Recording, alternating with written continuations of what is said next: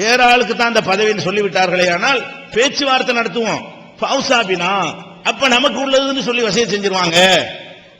ஆட்சியை வசியத் செய்யறதுக்கு இந்த வசியத்துன்னு சொல்லுவாங்க. அலிக்கு வசியத் செஞ்சாங்க என்று கூட ஷியாக்கள் பரப்பிட்டு இருந்தாங்க. நமக்கு வாங்கிடலாம், எப்படியாவது பேசி வாங்கிடலாம் என்று சொல்றார்.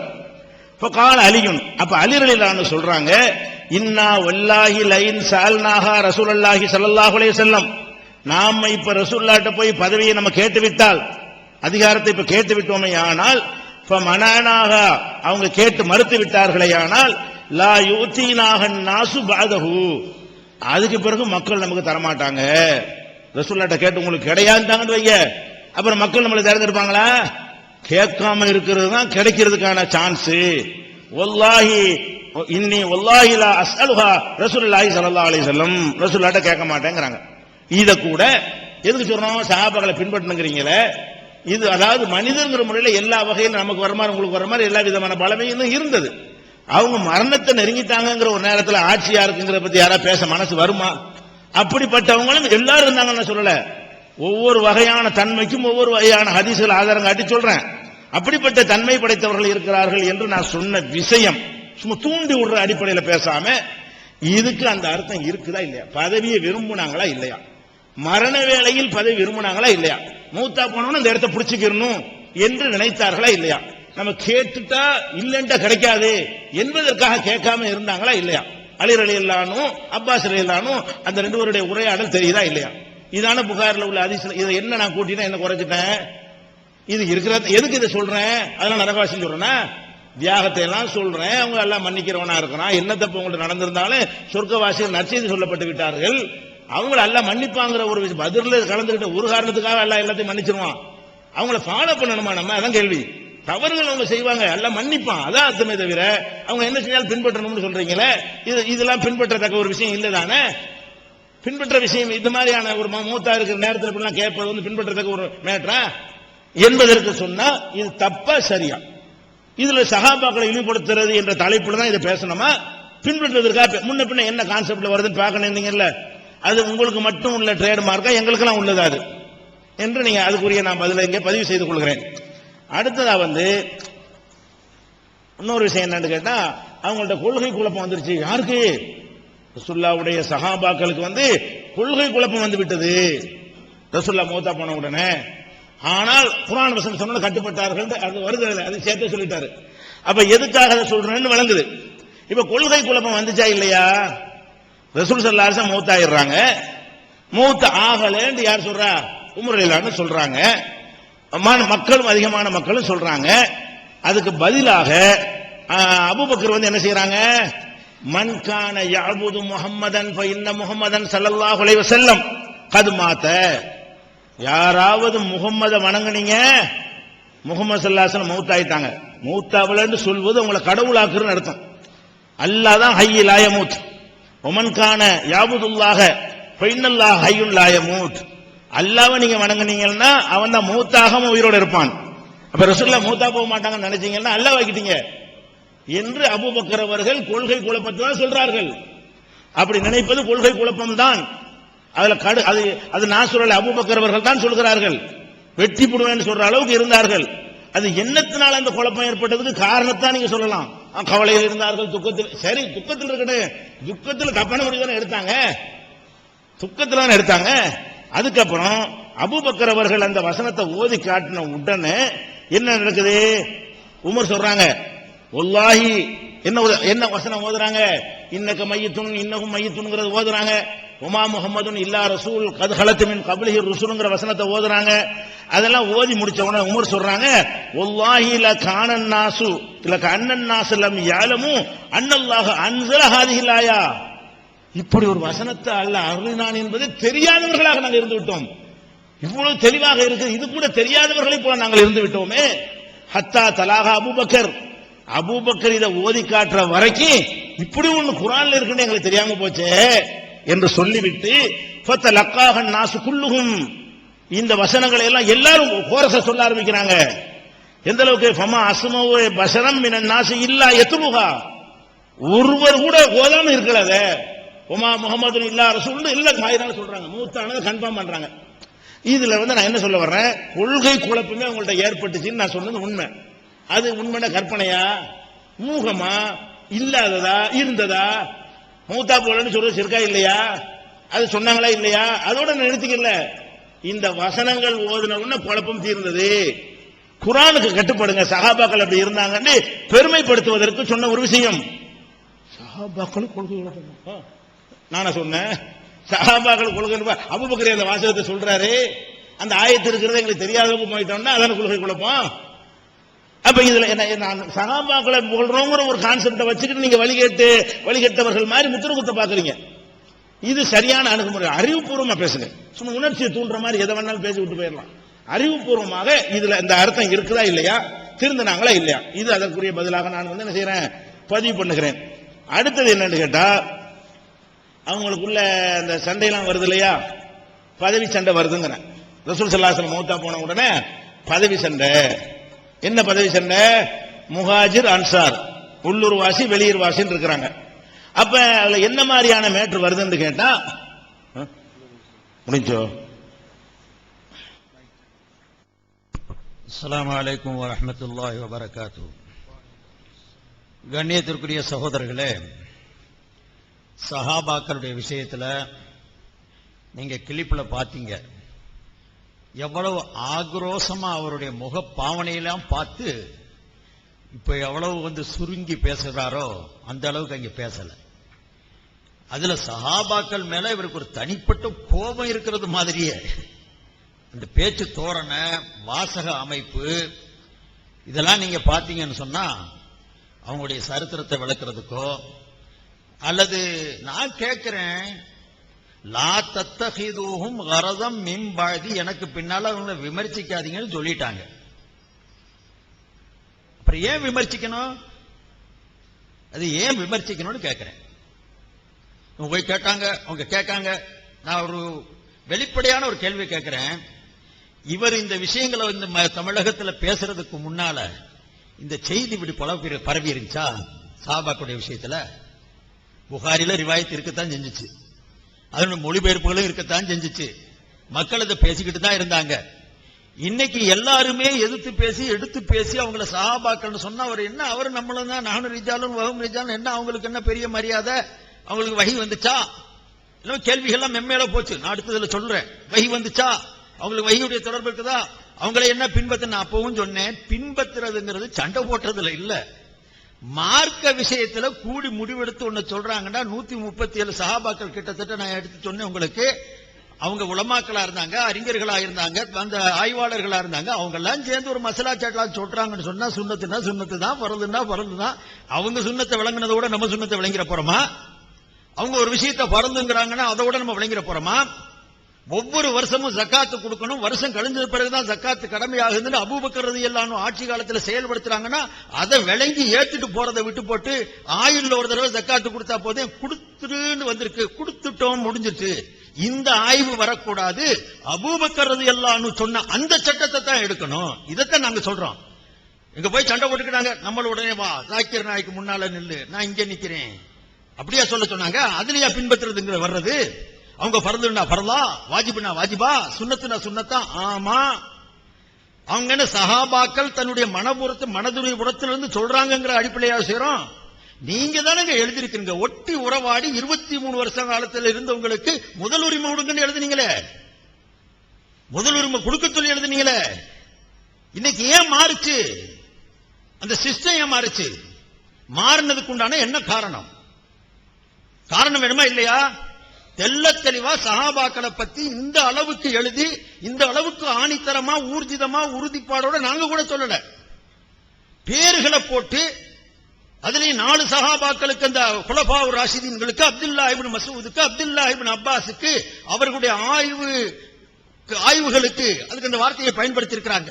சுய நிர்ணய ஆற்றல்களுக்கு முதல் உரிமை கொடுக்கணும். இப்படி சொல்லிக்கிட்டு இருந்தவங்க இன்னைக்கு வந்துகிட்டு அவருக்கு ஏன் அந்த சஹாபாக்களை விமர்சிக்கிறீங்க? சண்டை ஓட்டுக்கிறத பின்பற்றுற மாதிரி சொல்றீங்க நீங்க. அந்த மாதிரி சொல்லலையே, நீங்க இந்த மாதிரி இறங்கி பேசுறீங்களே ஒரு வார்த்தை. சஹாபாக்களுக்கு 3 நிலைமை இருந்துச்சு, அது அப்படித்தான் நாங்க பேசுவோம், இன்னமும் பேசத்தான் செய்வோம், இன்னும் கொஞ்சம் பரப்பத்தான் செய்வோம். அதான அர்த்தம். இவருடைய போங்க அப்படி இருந்துச்சா போடப்ப அந்த கிளிப்ப. அந்த தமத்துவ ஹஜ்ஜி ரசூலுல்லாஹ் பண்ணிருக்காங்க, அதை தடை செஞ்சிருக்கிறாங்க.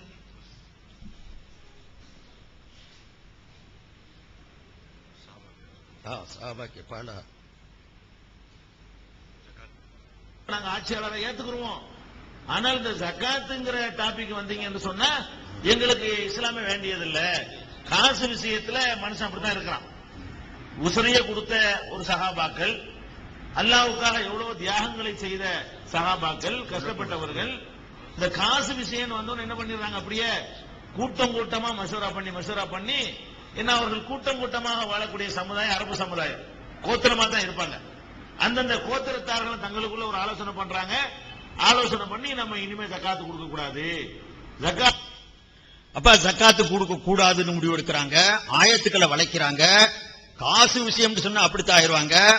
அண்ணன் எப்ப சாவான், தின்ன எப்ப காலியாகும். இந்த வார்த்தையுடைய நீங்க அமைப்புகளை கொஞ்சம் கவனிங்களேன். நான் சூடு ஏத்தல, சூடு ஏறுது எனக்கு. உங்களுக்கே நான் சூடு ஏத்துறேன்.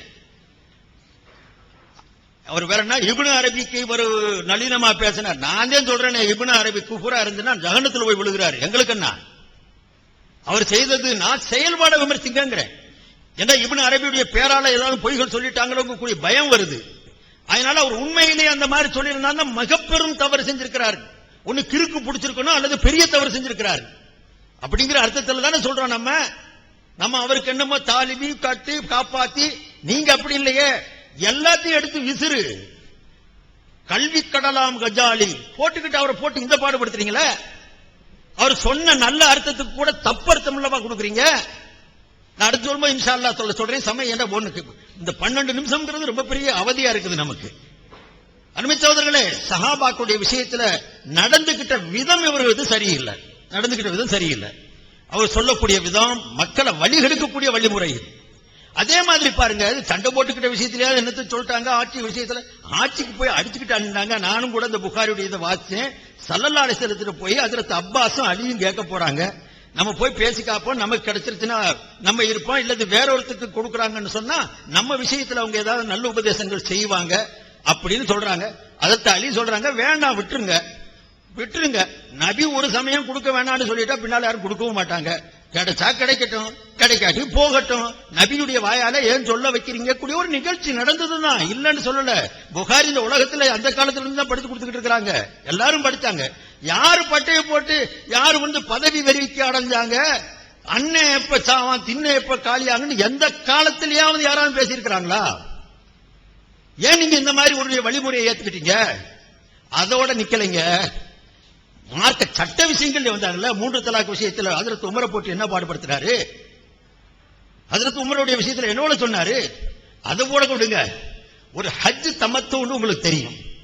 தமத்துன்னு சொன்னா ஒரு பயணத்துல ஹஜ்ஜையும் உமராவையும் சேர்த்து செய்யறது. அது தமத்து கைரான்னு 2 வகையா சேர்த்துக்குருவாங்க. அதுல ஒரே பயணத்துல போய் ஹஜ்ஜையும் உமராவையும் சேர்த்து செய்யறது, ஒரு பயணத்துல சேர்க்கறதுக்கு பேரு இந்த தமத்துன்னு சொல்லுவாங்க. வெறும் ஹஜ்ஜுக்கு போறதுக்கு பேரு இஃப்ராத். அங்க உமரா செய்ய மாட்டாங்க, வெறும் ஹஜ் செஞ்சுட்டு வருவாங்க. ஹஜ்ரத் உமர் ரலியல்லாஹு தஆலாவுடைய ஆட்சி காலத்துல ஹஜ்ரத் உமர் சொல்லிக்கிட்டு இருந்தாங்க, வெறும் நீங்க ஹஜ்ஜுக்கு மட்டும் வாங்க, உமராவை சேர்த்து செய்யறதுக்காக வராதீங்க. உமராவுக்குன்னு தனி பயணம் வேண்டாம் பண்ணுங்க, ஹஜ்ஜையும் முழுமையா செய்யுங்க, உமராவையும் முழுமையா செய்யுங்க. ஹஜ்ஜுக்குன்னு பயணப்பட்டு வந்தீங்கன்னா அது ஒரு முழுமையா இருக்கும், உமராவுக்குன்னு ஒரு பயணம் செஞ்சுட்டு வச்சீங்கன்னா அது முழுமையா இருக்கும். இந்த ரெண்டையும் ஒரு பயணத்துல செஞ்சா ஒரு கல்லுல 2 மாங்காய் விழுக வைக்கிறது மாதிரி ஆகுது. அல்லாஹ்வுக்குன்னு செய்யக்கூடிய இபாதத்துல கொஞ்சம் பாடுபடுங்க. இந்த வகையில ஹஜ்ரத் உமர் ரலியல்லாஹு அன்ஹு மக்களுக்கு போதிச்சாங்க. அரசாளக்கூடியவர், கலீஃபா, நபிகள் நாயகம் ஸல்லல்லாஹு அலைஹி வஸல்லத்துக்கு பிரதிநிதி, நீதி வழுவாதவர், உள்ளதிலேயே மிகப்பெரிய அறிவாளி, அதுல மிகப்பெரிய முதல் தரத்தில் வைக்கப்பட்ட முஃப்தி. இப்படிப்பட்ட ஹஜ்ரத் உமர் ஒரு சட்டத்தை சொல்றாருன்னா இவர் என்ன சொல்றாரு தெரியுமா? இவர் சொல்றாரு, ஹஜ் ரசூலுல்லாஹ் பண்ணிருக்காங்க, அதை தடை செஞ்சிருக்காங்க. மவனே அவன் வாப்பா ஏத்திருக்கிறாரு. உமர் ரலியல்லாஹு அன்ஹு போட்ட உத்தரவு செஞ்சிருக்காரு. எங்க வாப்பா எப்படி உத்தரவு போடுவாரு? அல்லாஹ்வுடைய ரசூல் செஞ்சிருக்கும் போது அவர் சொல்ல நான் எப்படி கேட்பேன் அப்படின்னு சொல்லி சஹாபாக்களை ஹஜ்ரத் உமர் தடுத்தாங்களாம். உடனே அவருடைய மகன் எதிர்த்தாராம். அவரை எதிர்த்து இவருக்கு என்ன உரிமை இருக்குது?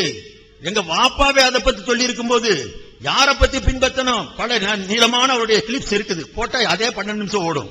அதனால நான் அதை சுருக்கி சொல்றேன். இந்த கிளிப்ஸை நீங்க கேட்கறீங்க. அதுல இவர் சொல்றாரு, இன்ன இடத்துல பேசுறாரு, அவருக்கே தெரியலைங்க தமத்து ரசூலுல்லாஹி ஸல்லல்லாஹு அலைஹி வஸல்லம் தமத்து செஞ்சிருக்காங்க, இது உமருக்கு தெரியாம இருந்துச்சு, அவருடைய மகனுக்கு தெரிஞ்சுக்கிச்சு இப்னு உமருக்கு தெரிஞ்ச இந்த சட்டம் உமருக்கு தெரியல. எவ்வளவு ஒரு மோசமான குற்றச்சாட்டு இது. சரி, தெரியாம எல்லா சட்டமும் உமருக்கு தெரிஞ்சிருக்குங்கிற கட்டாயம் அல்ல, ஆனா இந்த சட்டம் தெரியலங்கிறதுக்கு ஏதாவது ஆதாரம் வச்சிருக்கீங்களா? இந்த சட்டம் தமத்துடைய ஹஜ்ஜு கூடும், தமத்துடைய செய்யாதீங்க, இப்ராதுக்கு மட்டும் வாங்க, வெறும் ஹஜ்ஜுக்கு பெயர்பட்டு வாங்க, உம்ரா செஞ்சா சேர்த்து செஞ்சீங்கன்னா அது கூடாதுன்னா உமர் விளங்கி வச்சிருந்தாரு. அந்த மாதிரி உமர் விளங்கி வச்சிருந்தாருங்கிறது ஏதாவது ஆதாரம் இருக்குதா? தமத்து செய்யாதீங்கன்னா ரெண்டையும் ஒரு நேரத்தில் செய்யறதுனால பல சிக்கல்கள் இருந்துச்சு. நன்மை முழுமையா கிடைக்கணும்னா ஒவ்வொரு பயணத்துக்கு தனியா வாங்கன்னு சொல்றாங்க. அத ஒரு சிறப்பான வழிமுறையை கொடுக்கறாங்க. இப்ராதும் செய்யலாம், தமத்துவும் செய்யலாம், தனிப்பட்ட ஹஜ்ஜுக்குன்னு வரலாம், ரெண்டும் சேர்ந்து செய்யறதுக்குன்னு வரலாம். சிறந்தது அது வெறும் ஹஜ்ஜுக்கு பெறப்பட்டு வாங்க. இப்படித்தானங்க அங்க 3 இடத்துல கையை கட்டுறோம். எங்க கட்டுறது சிறந்ததுன்னு ஒண்ணு எடுப்போமா இல்லையா? கையை கட்டுறீங்கல்ல தக்பீர்ல, அப்ப ஏதாவது ஒரு வழியை தேர்ந்தெடுக்கிறோம்ல, ஏதோ ஒரு காரணத்தை வச்சு தருவோம். அந்த மாதிரி 2 வழியில இந்த 3 வழியில எது சிறந்ததுன்னு சொல்லும் போது ஹஜ்ரத் உமர் ஒரு வழியே சிறந்ததுன்னா அவருக்கு அந்த சட்டம் தெரியல, மகனுக்கு தெரிஞ்சிருக்கு. பாப்பாவுக்கு அதுல எவ்வளவு ஆக்ரோஷமா பேசியிருக்கிறாங்க தெரியுமா? அவர் சொல்றாங்களாம், பொன்னெழுத்துக்களால் பொறிக்கப்பட வேண்டிய விஷயத்தை அப்துல்லா இப்னு உமர் பேசினார். அவருடைய மகன் என்ன பேசினாராம்? அவர் கேட்கிறாராம், அஃபரசூலுல்லாஹி ஸல்லல்லாஹு அலைஹி வஸல்லம் அஹக்கு அன் தத்தபிஉ சுன்னத்தஹு அவ் சுன்னத உமர. குதிச்சு போய் அப்துல்லா இப்னு உமர் கேட்டாராம். ஒருத்தர் வந்து கேட்கிறார், ஒரு சாம்புவாசி, சிரியாவாசி, நீங்க தமத்துடைய ஹஜ் செய்யலாமான்னு கேட்கிறார். அப்துல்லா இப்னு உமர் சொன்னாரு செய்யலாம்னு சொன்னாரு. அப்ப அவர் சொன்னாரு, உங்க வாப்பா வந்து அதுக்கு தடுக்கிறாரு, இதை செய்யுங்கன்னு சொல்றாரு, அதை விட்டுட்டு இதை செய்யுங்கன்னு சொல்லி ஜனாதிபதி சொல்றாருன்னு சொன்னா, அப்ப ஹஜ்ரத் இப்னு உமர் கேட்டாராம், ரசூலுல்லாஹ் ஒன்னு செய்ய அந்த சுன்னத்தை நீங்க பின்பற்றுவீங்களா, எங்க வாப்பா சொன்ன சுன்னத்தை நீங்க பின்பற்றுவீங்களா? அப்புறம் சொன்னார், ரசூலுல்லாஹ்வுடைய இதைத்தான் பின்பற்றுவோம் அப்படின்னு சொன்ன உடனே, அப்ப இதை ரசூலுல்லாஹ் ஆகும்னு இருக்கிறாங்க, செஞ்சிருக்கிறாங்க, செய்யுங்கன்றாராம். இந்த அளவுக்கு மட்டும் இந்த ரிவாயத்துக்கள்ல இருந்துருச்சுன்னா இது சொல்லி இருக்கலாம் சார்களே. இமாம் ஹஜ்ரத் உமரை பற்றி விமர்சிக்கப்படுவதற்கு முன்னால் இது சம்பந்தப்பட்டு வந்திருக்கக்கூடிய அத்தனை ரிவாயத்துகளையும் பார்க்கணுமா இல்லையா? என்ன பத்தி நீங்க குறை சொல்றதுக்கு முன்னால எல்லார்ட்டையும் கேட்டு தெரியணுமான்னு உங்களுக்கு கவலை வந்துச்சு. அவர் அன்வர் பாஷாவுடைய இதை கேட்காம நீங்க போட்டீங்களேங்க கூட கவலையில சொல்றீங்களே. ஹஜ்ரத் உமரை பத்தி விமர்சிக்க போறீங்க, ஒரு பாரதூரமான கருத்தை சொல்ல போறீங்க, அவருக்கு சட்டம் தெரியலன்னு சொல்ல போறீங்க. அதுக்கு முன்னால் அது சம்பந்தப்பட்ட ரிவாயத்து தெரியாதா? நிச்சயமா தெரியும், அவருக்கு தெரியும். தேவைப்பட்ட இடத்தை பொறுக்கி எடுத்துக்கிட்டார். ஹஜ்ரத் இப்னு உமர் சொல்றார், அந்த கேட்ட மனுஷர்கிட்ட உமர் தடுக்கிறாரு, ரசூலுல்லாஹ் செஞ்சிருக்கிறான்னு கேட்டிய, வைலக்கும் அலா தத்தகூனல்லாஹ இன்கான உமரு நஹா அன் ذلك.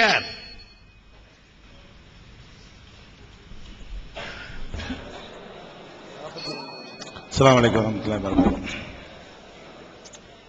அன்பிற்குரிய சகோதரர்களே, ரசூல் ஸல்லல்லாஹு அலைஹி வஸல்லம் என்ன மேட்டர் சொன்னோம்,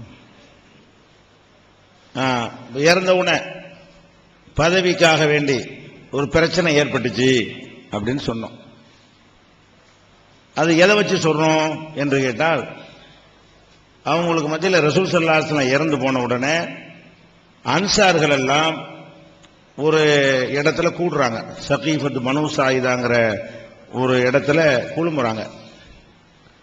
அவங்களுடைய தலைவர், அந்த அன்சாருடைய தலைவர் தஷஹத ஹதீபுஹும், அவங்களோட ஹதீப் அந்த மக்கள் எல்லாம் கூட்டி வச்சு உரை நிகழ்த்துகிறார். வேற சில ரிவாயத்தில் ஹதீப் யாருன்னு வருது. அவர் என்ன உரை நிகழ்த்துறாரு? ஃபனஹ்னு அன்சாருல்லாஹ், நாம் எல்லாம் அல்லாஹ்வுடைய அன்சார்கள், வ கதீபத்துல் இஸ்லாம், நம்ம இஸ்லாமுடைய படை அணியினர் நாம. அப்புறம் அன்தும் மாஷரல் முஹாஜிரின், முஹாஜிர் மக்களே, நாங்க அன்சார்கள், அல்லாஹ்வுடைய படை. முஹாஜிர் நோக்கி சொல்றாரு, வான்தும் மாஷரல் முஹாஜிரின், முஹாஜிர் மக்களே, நீங்க வந்து ரஹ்துன் கது தஃபத் தாஃபத்தும் மின் கௌமிக்கும், நீங்கள் யார் என்று கேட்டால் இரவோடு இரவாக இங்கே வந்த ஒரு கூட்டம். நீங்க ராத்திரி அங்க வந்தீங்க, அப்படின்னு சொல்லிட்டு அப்புறம் இன்னஹும் யுரீதுன ஐயத்த அரபியன் மாசம் சைனால எங்களுடைய ஊரை விட்டு எங்களை வெளியேற்றுவதற்கு அவங்க நினைக்கிறார்கள். மினல் அம்ரி, இந்த அதிகார பதவியிலிருந்து எங்களை அப்புறப்படுத்த இவங்க நினைக்கிறார்கள் அப்படின்னு சொல்லி உரை நிகழ்த்துறாங்க. அன்சார்கள்ட்ட சொல்றாரு, நம்ம தான் அல்லாஹ்வுடைய படை, அல்லாஹ்வுடைய உதவியாளர்கள், இந்த முஹாஜிர்கள் வந்த ஆளுக்க நம்ம தான் ஹெல்ப் பண்ணணும், இப்ப நம்மளே வெளியேற்றிட்டு அவங்க ஆட்சி பிடிக்க பாக்குறாங்க அப்படின்னு அன்சார்கள்ட்ட பேசுறாங்க. இதெல்லாம் விமர்சிக்கிறது சொல்றது இல்ல, நடந்த விஷயங்கள். இது புகாரில் 6830வது ஹதீஸ்ல இந்த உரையாடல் இடம்பெறுகிறது. அது மாத்திரம் இல்லாம அங்க பயங்கரமான கூச்சல்லாம் வருது. கஸ்ருல் லகத்து, பயங்கரமான கூச்சல் ஏற்படுகிறது. உமர் ரலியல்லாஹு சொல்றாங்க, நான் பிளவு இதோட ஏற்பட்டு விடுமோ என்று பயந்துட்டேன், அவ்வளவு முத்தி போய் இருந்தது. அது எந்த அளவுக்கு போய்விட்டது என்றால், மின்னா அமீர் மின்கும் அமீர், ஒன்னு சரியா வராட்டி 2 அமீர் ஆக்கிக்கிறோம், நாட்டை 2 பிரிச்சு, 2 அமீர் 2 நாடு, அப்ப நாங்க ஒரு ஆட்சி நீங்க ஒரு ஆட்சி வச்சுக்கிறோம், விட்டு தர மாட்டோம் என்று 2 தரப்புலையும் சொன்னாதான் அந்த வாசகம் வரும். மின்னா அமீர் மின்கும் அமீர், இதுவும் புகாரில் தான் வரக்கூடிய விஷயமா இருக்கிறது. இதை எல்லாம் வைத்துக் கொண்டுதான் நான் என்ன சொல்றேன்னு கேட்டா, அந்த நேரத்தில் அந்த பதவியை அன்சார்கள் அடைவதா முஹாஜிர் அடைவதா, நாங்க தான் உதவி செஞ்சோம், நீங்க வந்தாளுக்க என்கிற அளவுக்கு ஒரு நிலைமை இருந்தது. ஆனால் உமர் ரலியல்லாஹு அன்ஹு அற்புதமான ஒரு குத்பா உரையை நிகழ்த்தி அதை அமைதிப்படுத்தி அபூபக்கர் கையை நீட்ட சொல்லி பையத் செய்ய விட்டு எல்லாம் செஞ்சுட்டாங்க. விஷயம் முடிந்தது, சுமூகம் முடிஞ்சது. அது ஒரு விஷயம். மனிதர் என்ற முறையில் இது வந்ததா வரலையா, வந்ததுங்கிறத எதுக்கு சொல்றோம், இதை இழிவுபடுத்துற சொல்லல. மனிதன் இதெல்லாம் வரும், சஹாபாக்கள் மனிதர்கள் தான். ஆனா நமக்கு வந்துச்சுன்னா அல்ல மன்னிக்க மாட்டான், அவங்கள அல்ல அட்வான்ஸா மன்னிச்சு விட்டான், அவங்க தியாகங்களால் மன்னிக்கப்படுவார்கள். அந்த மாதிரியான ஒரு அடிப்படை இருக்கும் பொழுது நம்ம எதுக்கு சொல்றோம், அவங்க முடிவு சரியா இருக்கும்னா இதெல்லாம் சரியா இல்லையே, அது மாதிரி எல்லாமே இப்படித்தானே இருக்கு. ஆதாரம் இருந்தா பின்பற்றுங்க, ஆதாரம் அடி கொடுங்க என்பதற்காக சொல்ற விஷயம்.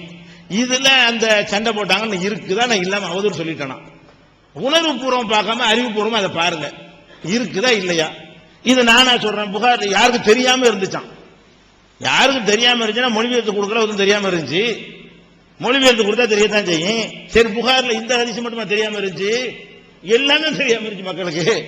ஒரு விஷயத்தை ஒரு பயான்ல ஒரு ஹதீஸை எடுத்து சொன்னா அதான் தெரியும், மீதி உள்ளதெல்லாம் புகார்ல இருக்கிற இந்த உன்னை தவிர பாக்கி எல்லாம் தெரிஞ்சு வச்சிருக்கீங்க நீங்க. மக்களுக்கு தெரியாதுங்கிறதுனால இல்லைன்னு ஆயிருமா, தெரியாத சொல்றது தானே எழுதி வச்சிருக்கிறாங்க. அப்ப அதை சொல்லவே கூடாதா, எழுதவே கூடாதா, என்ன மக்கள்கிட்ட இருந்ததே சொல்லுங்க, இல்லாத சொன்னா இது மார்க்கம் சொல்ற தகுதி இல்லைன்னு. அப்ப இதனால மார்க்கம் சொல்ற தகுதி புகாரிக்கே இல்லை. போங்க, அவர் பாட்டுக்கு பாரதூரமா எழுதி வச்சுட்டா அவருக்கு என்ன மார்க்கம் சொல்ற தகுதி இருக்கு, அவர் புகாரிக்கு தான் மூலம் சொல்லி கொடுமா. அப்ப மார்க்கம் சொல்ற தகுதிக்கு இதுக்கு என்ன சம்பந்தம்? இது ஒரு இந்த மாதிரி கருத்து எல்லாருக்கும் இருந்தது. சஹாபாக்களை திட்டுறதுக்காக சிலர் சொல்லுவாங்க, அந்த கோஷ்டியில நாங்க கிடையாது, கண்ணியப்படுத்துவோம், அவங்க என்ன செஞ்சாலும் அல்ல மன்னிப்பான், ஆனா தப்பு தப்பு தான், தவறு செய்யலன்னு அல்லாஹ் வாக்க முடியாது. அல்லாஹ் போல எந்த பிழையும் ஏற்படாது நாங்க சொல்ல மாட்டோம்.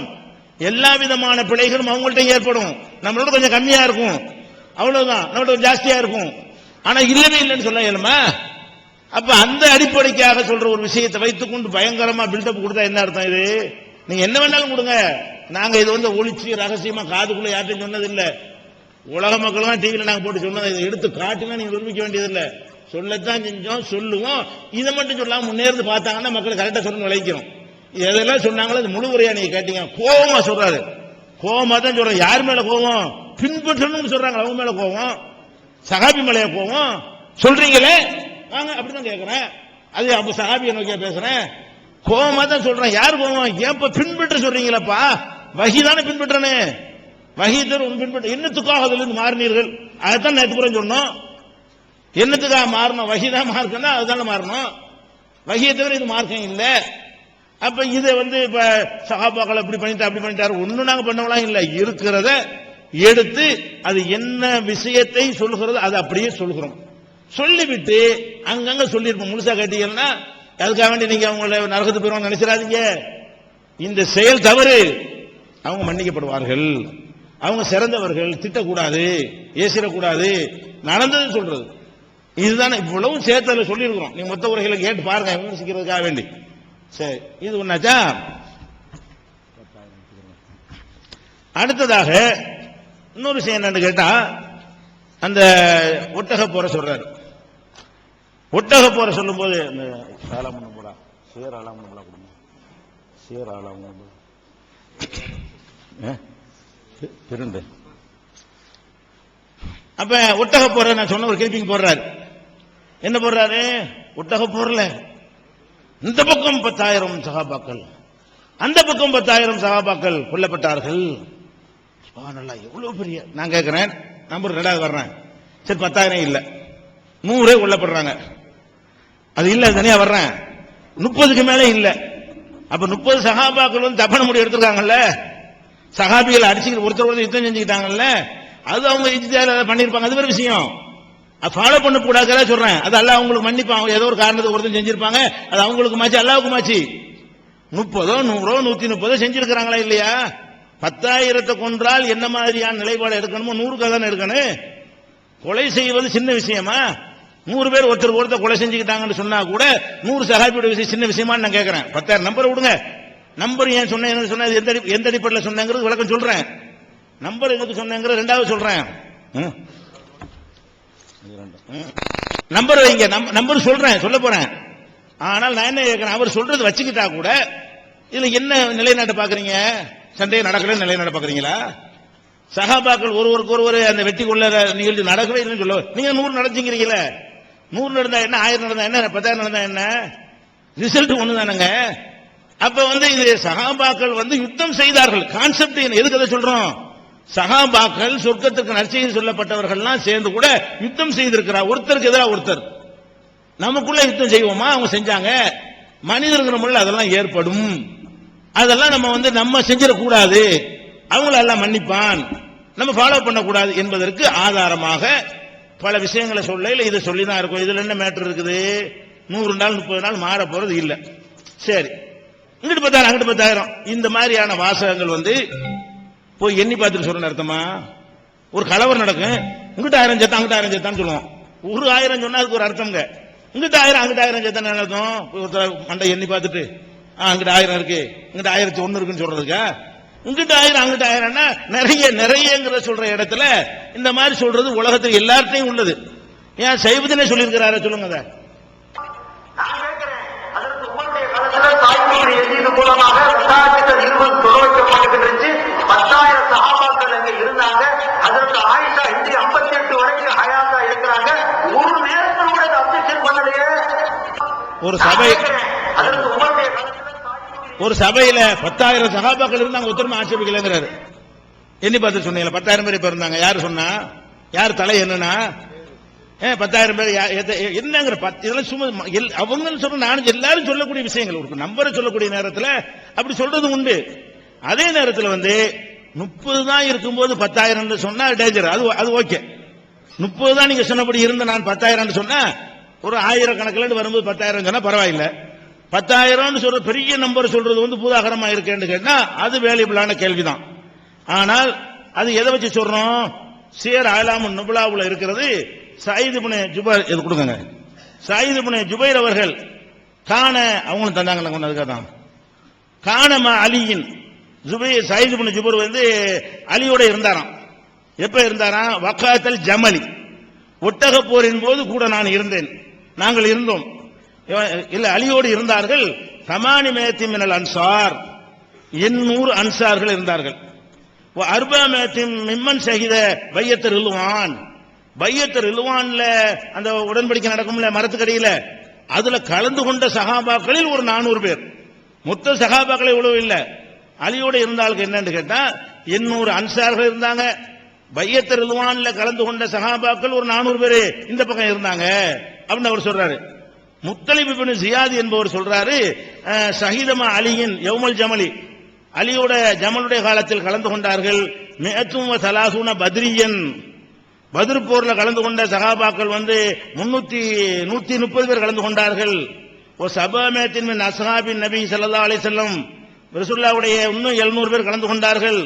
ஓ குத்தில பைனஹுமா 30 அல்ஃபன், அவங்களுக்கு மத்தியில் 30,000 பேர் கொல்லப்பட்டார்கள்.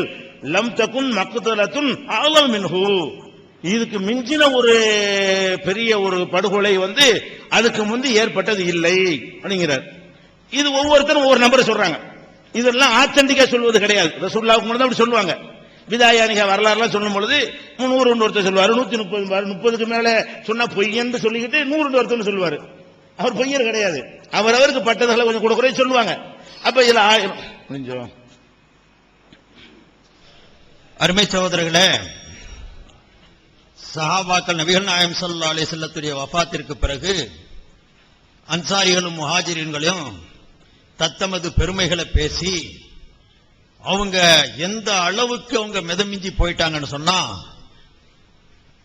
அந்த அரபு உலகத்தையே ரெண்டா பிரிக்கிற அளவுக்கு போயிட்டாங்க. அவர் பேசியிருக்கிறாரு, பூரா கிளிப்ஸ் பூரா சிடியில இருந்தா பேசிருக்குது. ரெண்டையும் மின்னா அமீருன் வ மின்கும் அமீருன், உங்கள ஒரு ஆள் அமீர், எங்க உள்ள ஒரு அமீர், ரெண்டு ஜனாதிபதி ஆகிறோம்னா என்ன அர்த்தம்? நாட்டை ரெண்டா பிரிச்சுக்கலாம். முஹாஜிர் சொல்றாங்க எங்களுக்குன்னு ஒரு நாட்டை கொடுத்துரு, அன்சாரி சொன்னாங்க எங்களுக்குன்னு ஒரு நாட்டை கொடுத்து. ஒரு வாசகத்தை எப்படியெல்லாம் திருப்புறாங்க பாருங்க.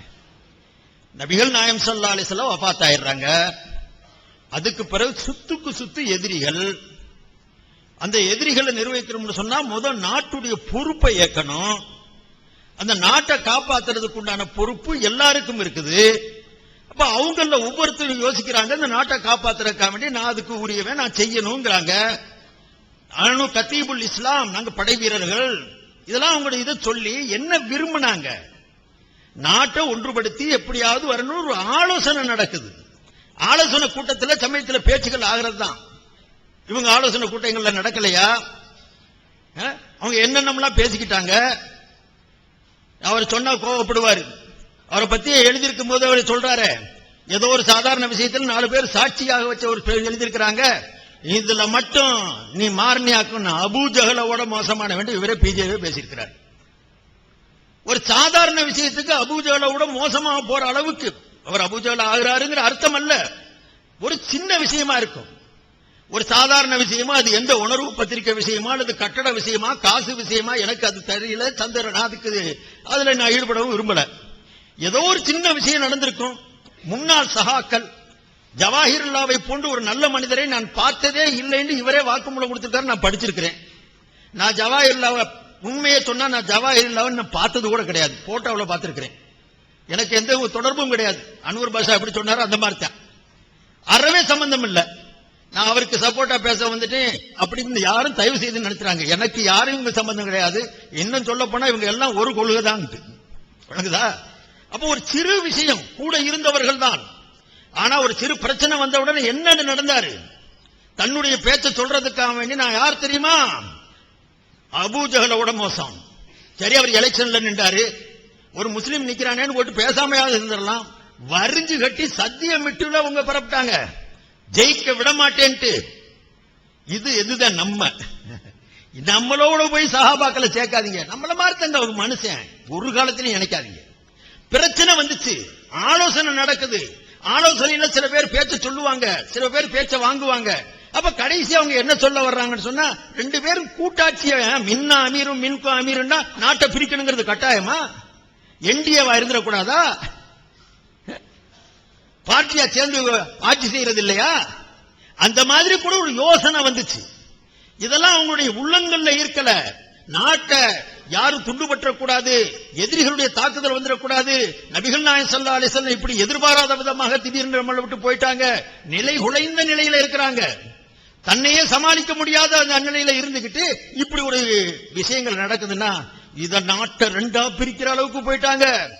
பதவி வெறி வந்துருச்சு, பதவி கிறுக்கு வந்துருச்சு. வார்த்தையை நீங்க கொஞ்சம் யோசிச்சு பாருங்க. ஒரு சம்பவத்தை சொல்றதுக்கு, புகாரியுடைய ரிவாயத்தை சொல்றதுக்கு இதுதான் வழிமுறையா? 10,000 சஹாபா வெட்டினாங்கன்னா உடனே அவர் ஒரு ரிவாயத்தை தூக்கி போட்டார். அவர் நல்லா தெரியும் அவருக்கு. யுத்த களத்தில் இருக்கக்கூடிய ரிவாயத்துகள் பலவிதமா வந்திருக்குது. அதுல சரியா சொல்றதா இருந்து சொன்னா, அல் பிதாயா வன் நிஹாயாவுல முஹம்மது இப்னு சீரின் இந்த ரிவாயத்தை சொல்றது, ஹாஜத்தில் ஃபித்னத்து வ அஸ்ஹாபு ரசூலில்லாஹி ஸல்லல்லாஹு அலைஹி வஸல்லம் அஷராத்தில் உலூஃப் ஃபலம் யஹ்துருஹா மின்ஹும் மிஅத்துன் பல் லம் யப்லுகு 30. ஃபித்னாவுடைய காலத்துல பல்லாயிரக்கணக்கான சஹாபாக்கள் இருந்தாங்க. ஆனா அந்த பித்னாவுடைய ஈடுபாடுல 100 பேர் கூட போய் சேரல. மீறி 30 பேர் தான் கலந்துக்கிட்டாங்கன்னு இருக்குது.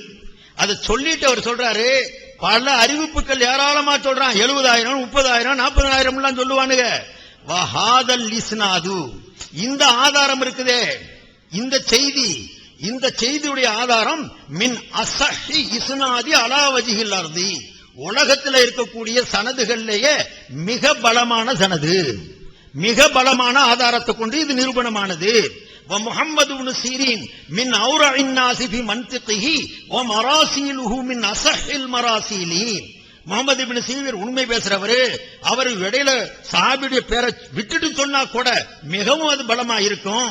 அப்படிங்கிற ரீதியில சான்றிதழ் வழங்கப்பட்ட பலமான அறிவிப்பு. சஹாபாக்களை பத்தி சொல்லும் போது இந்த ரிவாயத்தை எடுத்துட்டு போறது, அந்த 30,000 100,000 ரிவாயத்தை விட்டு போட்டு ஒரு சஹீஹான சனதை எடுத்து பேசணும்.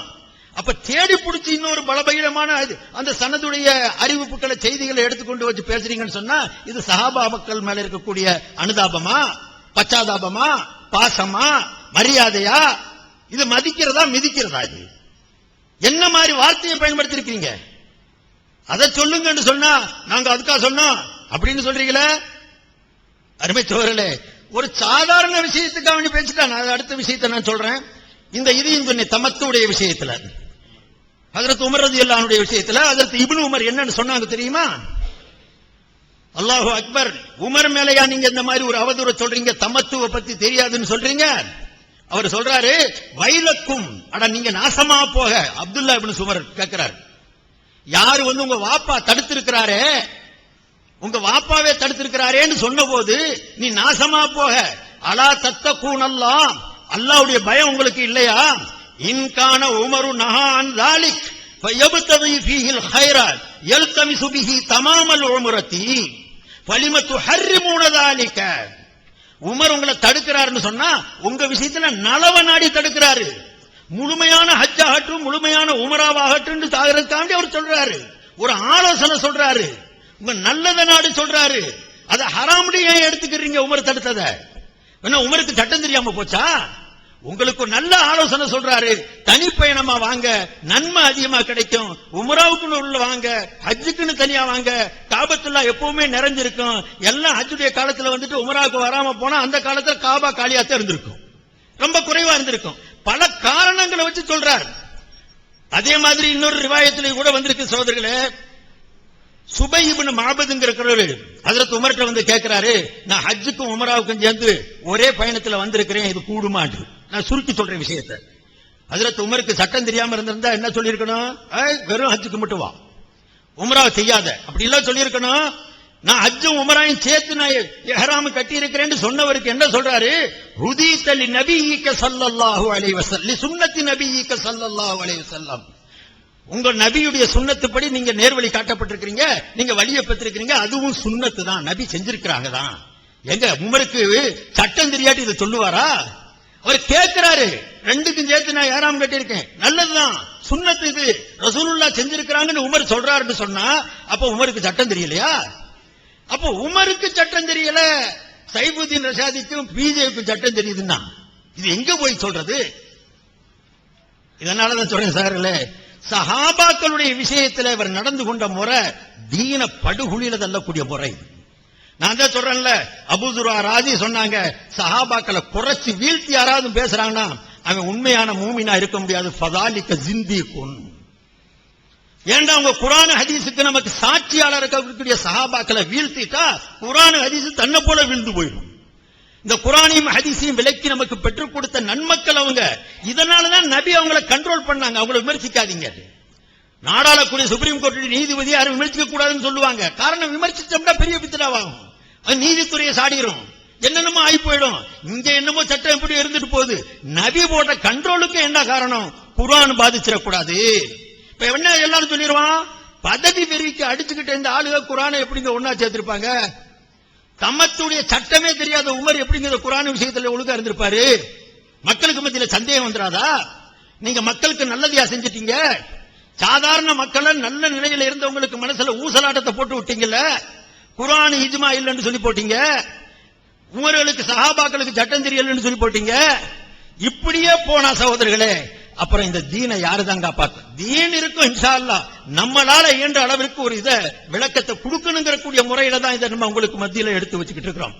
இது மட்டுமல்ல, பெரிய பெரிய சஹாபாக்குடைய விஷயத்துல இவர் சட்டம் தெரியல. இதே வழியத்தான் சொல்றாரு. ஹஜ்ரத் அப்துல்லா இப்னு மஸ்ஊத் ரலியல்லாஹு அன்ஹு மிகப்பெரிய சஹாபி, ஹிப்ருல் உம்மத்துன்னு உங்களுக்கு சொல்லுவாங்க, விளக்கமான ஒரு சஹாபி, நபியுடனே இருந்தவங்க. அவருக்கு சொல்றாரு, அவர் ருக்கு செய்யவே தெரியல. தொழுகையில அவர் இப்படி ரெண்டு கையையும் காட்டி தொடைக்கு இடையில வச்சு ருக்கு செஞ்சுக்கிட்டு இருந்தாரு. அது ஒரு காலத்துல ருக்குவா இருந்துச்சு, அதை தெரியாமே அவர் செஞ்சுக்கிட்டே இருந்தாரு. அவர் தெரியாமே செஞ்சுக்கிட்டு இருந்தாரு. அபூபக்கர் ஏன் சொல்லி தரல, உமர் ஏன் சொல்லி தரல, அவருக்கு உஸ்மான் ஏன் சொல்லி தரல, இப்படி எல்லாம் செய்யக்கூடாது, ருக்கு இப்படி செய்யணும் ஏன் தடுக்கல யாரும்? அவர் வயசு பூரா அப்படித்தானே ருக்கு செய்துக்கிட்டு இருந்தாரு. அப்ப அவருக்கு ருக்குடைய செயல் தெரியலன்னு அர்த்தமா? ஹதீஸ் எடுத்து பார்த்து நான் சொன்னது மாதிரி அவர் ஈமான் கொண்டிருக்கிற ஃபத்வா பாரி எடுத்து பார்த்தாலே அதுலயே அவர் விவரமா எழுதுறாரு. ஈமான் கொண்டதுல நம்புறங்கிற அர்த்தம். அதிகமா நம்புறாரு, நம்ப வேண்டிய கிதாபு, நான் அதை மறுக்கல. அந்த மாதிரி கிதாபை பார்த்துட்டா அதே கிதாபுல விளக்கமா எழுதுறாங்களே, சுத்தமா எழுதுறாங்க. ரெண்டு வகையான ருக்குவுடைய முறை இருந்துச்சு. அந்த ரெண்டு வகையான ருக்குல முதலாவது வகை இப்படி ரெண்டு கையையும் மடக்கி தொடக்கி இடையில வச்சு செய்யற ருக்கு, இன்னொன்னு முட்டுக்கால பிடிச்சு பிடிக்கிற ருக்கு. ஹஜ்ரத் அப்துல்லா இப்னு மஸ்ஊத் ரலியல்லாஹு அன்ஹு விளங்குனது என்ன? இந்த ரெண்டுமே நபி வழி. அவங்க ரெண்டுமே நபி வழின்னாங்க. அதுவும் தான் ரசூலுல்லாஹ் தன்னுடைய வாழ்க்கையில குறைவான நாட்கள் செய்திருக்கலாம். நபியுடைய செயல், ஒவ்வொரு செயலும் இந்த உலகத்துல ஹயாத்தா இருக்கணும் அப்படிங்கிற அடிப்படையில அந்த ரிவாயத்தை எடுத்து அவர் செயல்பட்டார். அதே சொல்லத்தான் ஹஜ்ரத் அலி இப்னு அபீ தாலிபும் சொல்லி இருக்கிறாங்க. நீ விரும்புனா தொடக்கி இடையில கை வச்சு ருக்கு செய்யி, நீ விரும்புனா ரெண்டு முட்டுக்காலை பிடிச்சு ருக்கு செய்யி, ரெண்டுமே ஆகும். இதத்தானங்க இப்னு மஸ்ஊத் சொல்லி இருக்கிறாரு. இப்படி சொல்லிட்டா மக்களுக்கு இடையில இந்த கருத்து வேறுபாடு வராது. அவரை பிடிச்சு மார்க்கமே தெரியல, சட்டம் தெரியல, ஐவேளை தொழுகக்கூடிய தொழுகையில ருக்கு செய்ய அப்துல்லா இப்னு மஸ்ஊதுக்கு தெரியல. இதை என்னன்னு எடுக்கிறது நீங்க? இப்படி ஒவ்வொரு சட்டமா அடிச்சாரு. இவர் வெறும் சண்டை விஷயத்துல மட்டுமல்ல.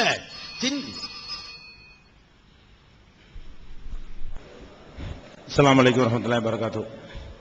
அன்புள்ள சகோதரர்களே, சில அமர்வுகளாக நம்ம சொல்றோமே அவன் சொல்றதுக்கு பதிலே சொல்லிட்டு இருக்கிறோம் இல்லையா?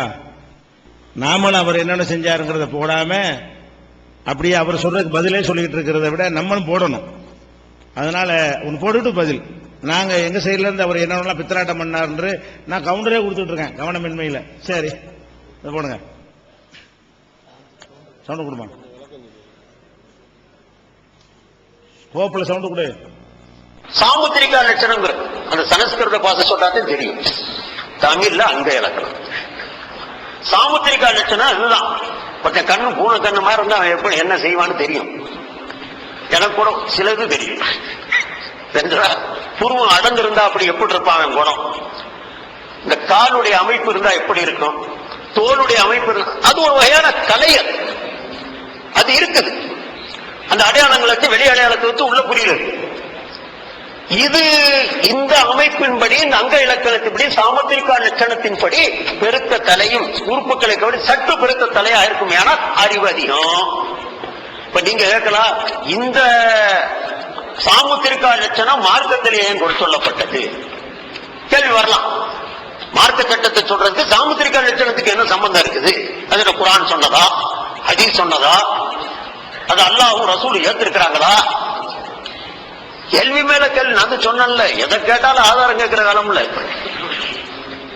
இதுக்கு என்ன ஆதாரம் இருக்கு சோதரர்களே?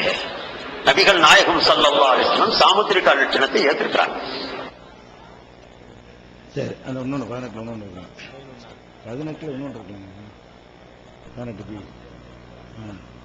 18 அந்த அர்த்தத்திலேயே எழுதுறாங்க. சரி, அங்கே என்ன அதுவும் எழுதுறாங்க. இந்த தகுதியை நிர்ணயிப்பதற்குண்டான காரணம் என்ன?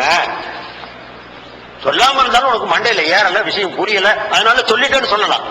அது அப்படி சொல்லலாம். அவர் எழுதியிருக்கிறாங்க விவரமா.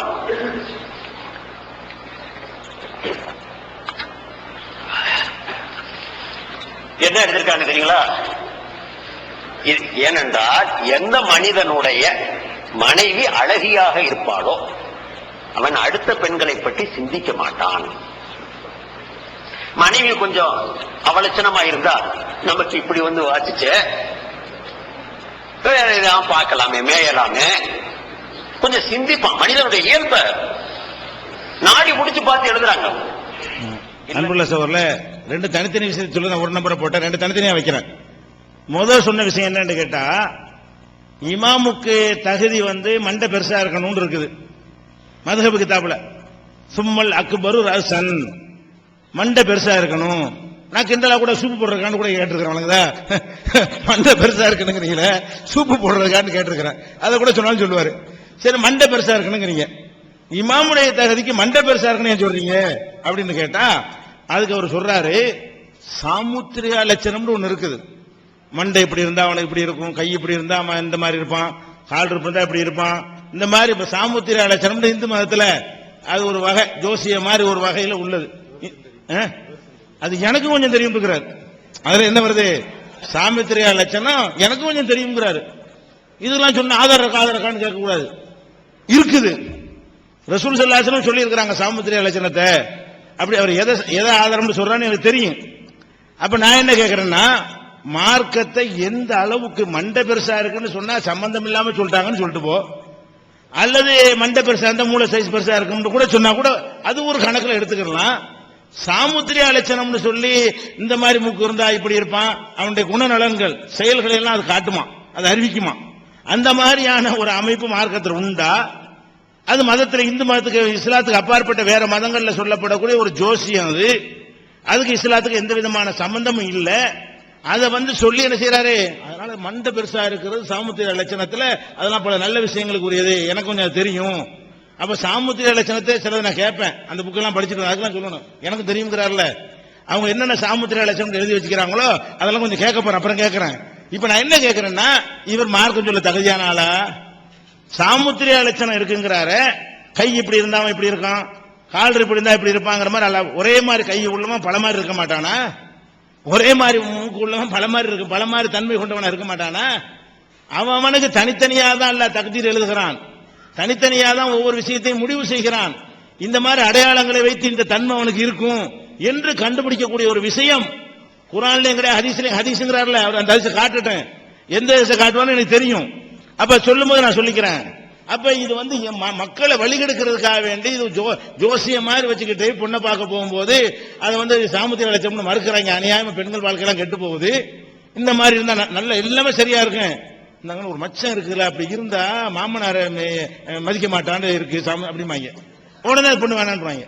அப்ப இந்த மாதிரி ஒரு முற்றிலும் ஒரு மூட நம்பிக்கை மடத்தனமா உள்ள ஒரு விஷயம் இஸ்லாத்துல உள்ளது என்று போய் பிரச்சாரம் செய்கிறார, அந்த சாமுத்திரியா லட்சணத்தை என்ன செய்யணும், ஒரு நிரூபிக்கணும், தகுந்த ஆதாரத்தை நிரூபிக்கணும். இப்படியான ஒன்று இஸ்லாத்தில் உண்டா?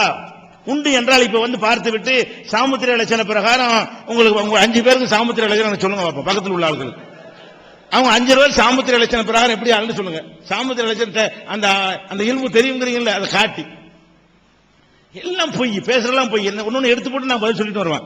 சரி, அது ஒரு அடுத்த லிஸ்ட்ல சேர்த்துக்கிறேங்க. அடுத்து என்னன்னு கேட்டா, ரெண்டு வேணாம், ஒருத்தருக்கு ஒண்ணும். இமாமின் தகுதி 2வது இருக்கு சொல்லுவேன். 18 நம்பர் போட்ட 2 ஒரே விஷயம் நினைச்சிட்டான். சரி, அடுத்ததாக வந்து அபூஜஹலை விட மோசமானவன் என்று சொன்னாரு. முதல்ல தான் சொன்னா, எனக்கு நீ சொன்னியான்னு தெரியாதுப்பா, சொல்லாது தெரியாது, உன் ஆள் சொன்னாங்க சொன்னேன், அதெல்லாம் அப்படின்னு சொல்லிவிட்டாரு. இப்ப அபூஜஹலோட மோசமானவன் நான் சொன்னேன்னு சொல்லி வாதம் பண்றாரு. அபூஜஹலோட மோசமான நான் உன்கிட்ட சொன்னா, வேற யார்த்தையா சொன்னா, அவன் வந்து உங்ககிட்ட சொன்னானா, ஆளையும் தெரியாதான், யார் சொன்னார் அவங்க யாருமே உங்களுக்கு தெரியாதான். ஆனா அபூஜஹல் மோசமானவன் நான் சொன்னானா, சொன்னாலே இவருக்கு தெரியவும் செய்யாதான், பார்க்கவும் செய்யலையா, தொடர்பு கூட இல்லையா. ஆனா நினைஞ்சிருக்காரான், அபூஜஹலோட மோசமானவன் நான் சொன்னேன்னு சொல்லிட்டாரான். பத்திலா அபூஜஹல் மோசமான இப்படிப்பட்ட ஆளுக்கு நீங்க அப்படின்னா என்ன மாதிரியான ஒரு உங்களுடைய பார்வை? இது ஒரு மனநோய் தானே சொல்லுவாங்க. இது மாதிரியான விஷயத்தை சிரிக்கிறதுக்கு சொல்லல, இந்த மாதிரி ஒருத்தர் மாதிரி இப்படி சொல்லிட்டு ஆதாரம் இல்லாம இப்படி ஒரு மனிதனை பத்தி உள்ளதெல்லாம் எதை சொன்னாலும் நம்பக்கூடிய தன்மை இருந்தா என்னன்னு ஒரு சைக்காரிஸ்ட போய் கேட்டு பாருங்க, அவர் சொல்லுவார். இது ஒரு வகையான பேரும் சொல்லுவார். அப்ப அந்த பேர் வேணா கேட்டு சொல்றேன்னு சொல்லி போடுறேன். இங்க மனது ஒருத்தர் பின்னாடி இருக்காரு, கலீல் ரசூல். அப்ப அது எதுக்கு சொல்றேன்னு கேட்டா, இது என்ன தன்மைங்கிறேன். என்னை பத்தி எவன் என்ன சொன்னாலும் கேட்டுக்கிறீங்க. அவன் யாரை பத்தி நான் பேச மாட்டேன், அவன் சொன்னா இவன் சொன்னான்னு பேசலாம், பாவம் பெரிய குற்றம் ஒரு பக்கம் சொல்லிக்கிறீங்க. அது ஜெயின் லாபிஜனுக்கு மட்டும் பொருந்தாதுங்கிற அளவுக்கு உங்களுடைய நடவடிக்கை போயிட்டு இருக்கு. இது அபூஜைகள் மேட்ரு எதுக்கு வருது? எதுக்கு பேசிட்டு அதுக்குரிய தலில சொல்ல வேண்டியதானே? இதெல்லாம் முக்கியமான விஷயங்களா? இதெல்லாம் ஹதீஸ்ல பொய் சொன்னீங்கன்னு சொல்றதுக்கு பதில் சொல்றதுக்கு அந்த நேரத்தை பயன்படுத்திருக்கலாமே. ஒரு வாதமும் அதுல இல்ல, அதை சொல்றாரு. அதுக்கப்புறம் இந்த 30,000 பேர் விஷயத்தை சொல்லும் பொழுது, ஆனா இன்னொரு அறிவிப்பு இப்னு ஹஜர் சொன்னார்னு காட்டிட்டு, அதுதான் இருக்கிறதுலயே மிக நல்லது, நல்ல சனது, அது சொல்ல வேண்டியதானே. ஆனா ஒரு விஷயத்தை எடுத்துக்கிறங்க, இந்த வரலாறுல உள்ள எதுவுமே நல்ல சனது கிடையாது. அவரே மராசியில் தான் சொல்றாரு, முருசல்ல உள்ளது நல்லதுங்கிறாரு. முருசல்ல சம்பவம் நடக்கும் இவர் இல்லாத ஆளு. ஹசன் பசரியா இருந்தாலும் இப்னு சீரனா இருந்தாலும் சம்பவம் நடக்கிற இடத்துல இல்லாதவர் சொல்றாரு. யார் இவர் சொன்னாருங்கிறது இல்ல, முருசல்ங்கிற வகையில் அது சரி, அவர் வரைக்கும் சரி. அவருக்கு எப்படி தெரிஞ்ச சோர்ஸ்? முருசல் தான். முருசல்ல உள்ளதுல இது ஒரு நல்ல ஒரு முருசல்ங்கிறாரு. இதுவும் முருசல் அதுவும் முருசல். இவர் கொஞ்சம் நல்ல ஆளுங்கிற வகையில சொல்றமே தவிர எதுவுமே ஆத்தண்டி கிடையாது. ரசூலுல்லாஹ் காலத்துக்கு பெரிய வரலாறுகளை எடுத்துக்கொண்டீர்களே ஆனால் அதுல பூரா பல கருத்து வந்துகிட்டே இருக்கும். அடிச்சு ஹதீஸ்ல அல்லாஹ்வுடைய ரசூல் சொல்ற மாதிரி அடிச்செல்லாம் சொல்ல முடியாது. எந்த விஷயமா இருந்தாலும் மாறி மாறி பலவிதமா இருக்கும். எனக்கு ஒரு அறிவிப்பு கண்ணுல பட்டுச்சு, அதை எடுத்து நான் சொல்கிறேன். அதுவும் நம்பர் குறிப்பிடறதா நான் சொல்லலன்னு உங்க ஆதாரத்தை போட்டு காட்டிவிட்டேன். மறுபடியும் அதை ஒரு பயங்கரமான ஆதாரமா எடுத்து காட்டுறீங்க, அதை விட்டுருங்க. அடுத்து என்ன? மின்னா அமீரும் மின்கும் அமீரு, நாட்டை பிரிச்சுக்கிறோம். 2 அமீர்னா என்ன அர்த்தம்? 2 அமீர், ஒரு நாட்டுக்கு 2 அமீரு, அதானங்க அர்த்தம். சண்டை நினைச்சலாம் சொன்னா இல்லையா? வந்தாங்க, குடியேறினாங்க, நாங்க தான் உதவி செஞ்சோம், ராஜராஜரியா வந்தீங்க என்ற அளவுக்கு பேசினா என்ன அர்த்தம்? அது ஏதோ நோக்கத்தை செஞ்சிருக்கலாம். ஆனால் பொறுப்பு யார்கிட்ட இருக்கணும் என்பதற்காக வேண்டி பிரச்சனை வந்ததா இல்லையா? வந்தது. உமரில் அவர்கள் அற்புதமா அதை கையாண்டு, லாபகமா கையாண்டு புரிய வைக்க வேண்டிய விஷயத்தில் புரிஞ்ச உடனே அந்த சண்டை தீர்ந்துருச்சு. சண்டை நிகழ்ச்சி 2 பிரிஞ்சிடலங்கிறது பின்னாடி வருது. அவங்க அடித்துக் கொள்ளவில்லை, இதுக்காக ரத்தம் சிந்தவில்லை, அந்த அளவுக்கு போனார்கள், அது தடுத்து நிறுத்தப்பட்டார்கள் சொல்லிடுறோம். இதுதான் மேட்ரு. இதுல என்ன நான் அவதூறு சொல்லிட்டேன்? இருக்கிற அடிப்படை இருக்கிறது. அவதூறு சொல்லி இது இந்த மாதிரி இருக்கிறத நான் எடுத்து விலைக்கு சொன்னா மார்க்கம் சொல்ல தகுதி இல்லையா?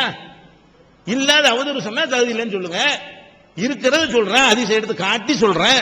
அப்ப இதெல்லாம் மார்க்கம் செய்யறதுக்கு தகுதி இல்லாத ஆளுங்கிற வகையில் என்ன செய்யறாங்க சொல்றாங்க. அடுத்ததாக முந்தி சொன்னாலும் பாக்கி இருக்கிறனால இப்ப உள்ள பிந்தி தான் வரும். இப்ப சொன்னது ருக்கு செய்யறது, அது அந்த தமத்துவம், அதெல்லாம் 2வது வரும். அதுக்கு முந்தி சொன்னது பாக்கியா கிடக்குது.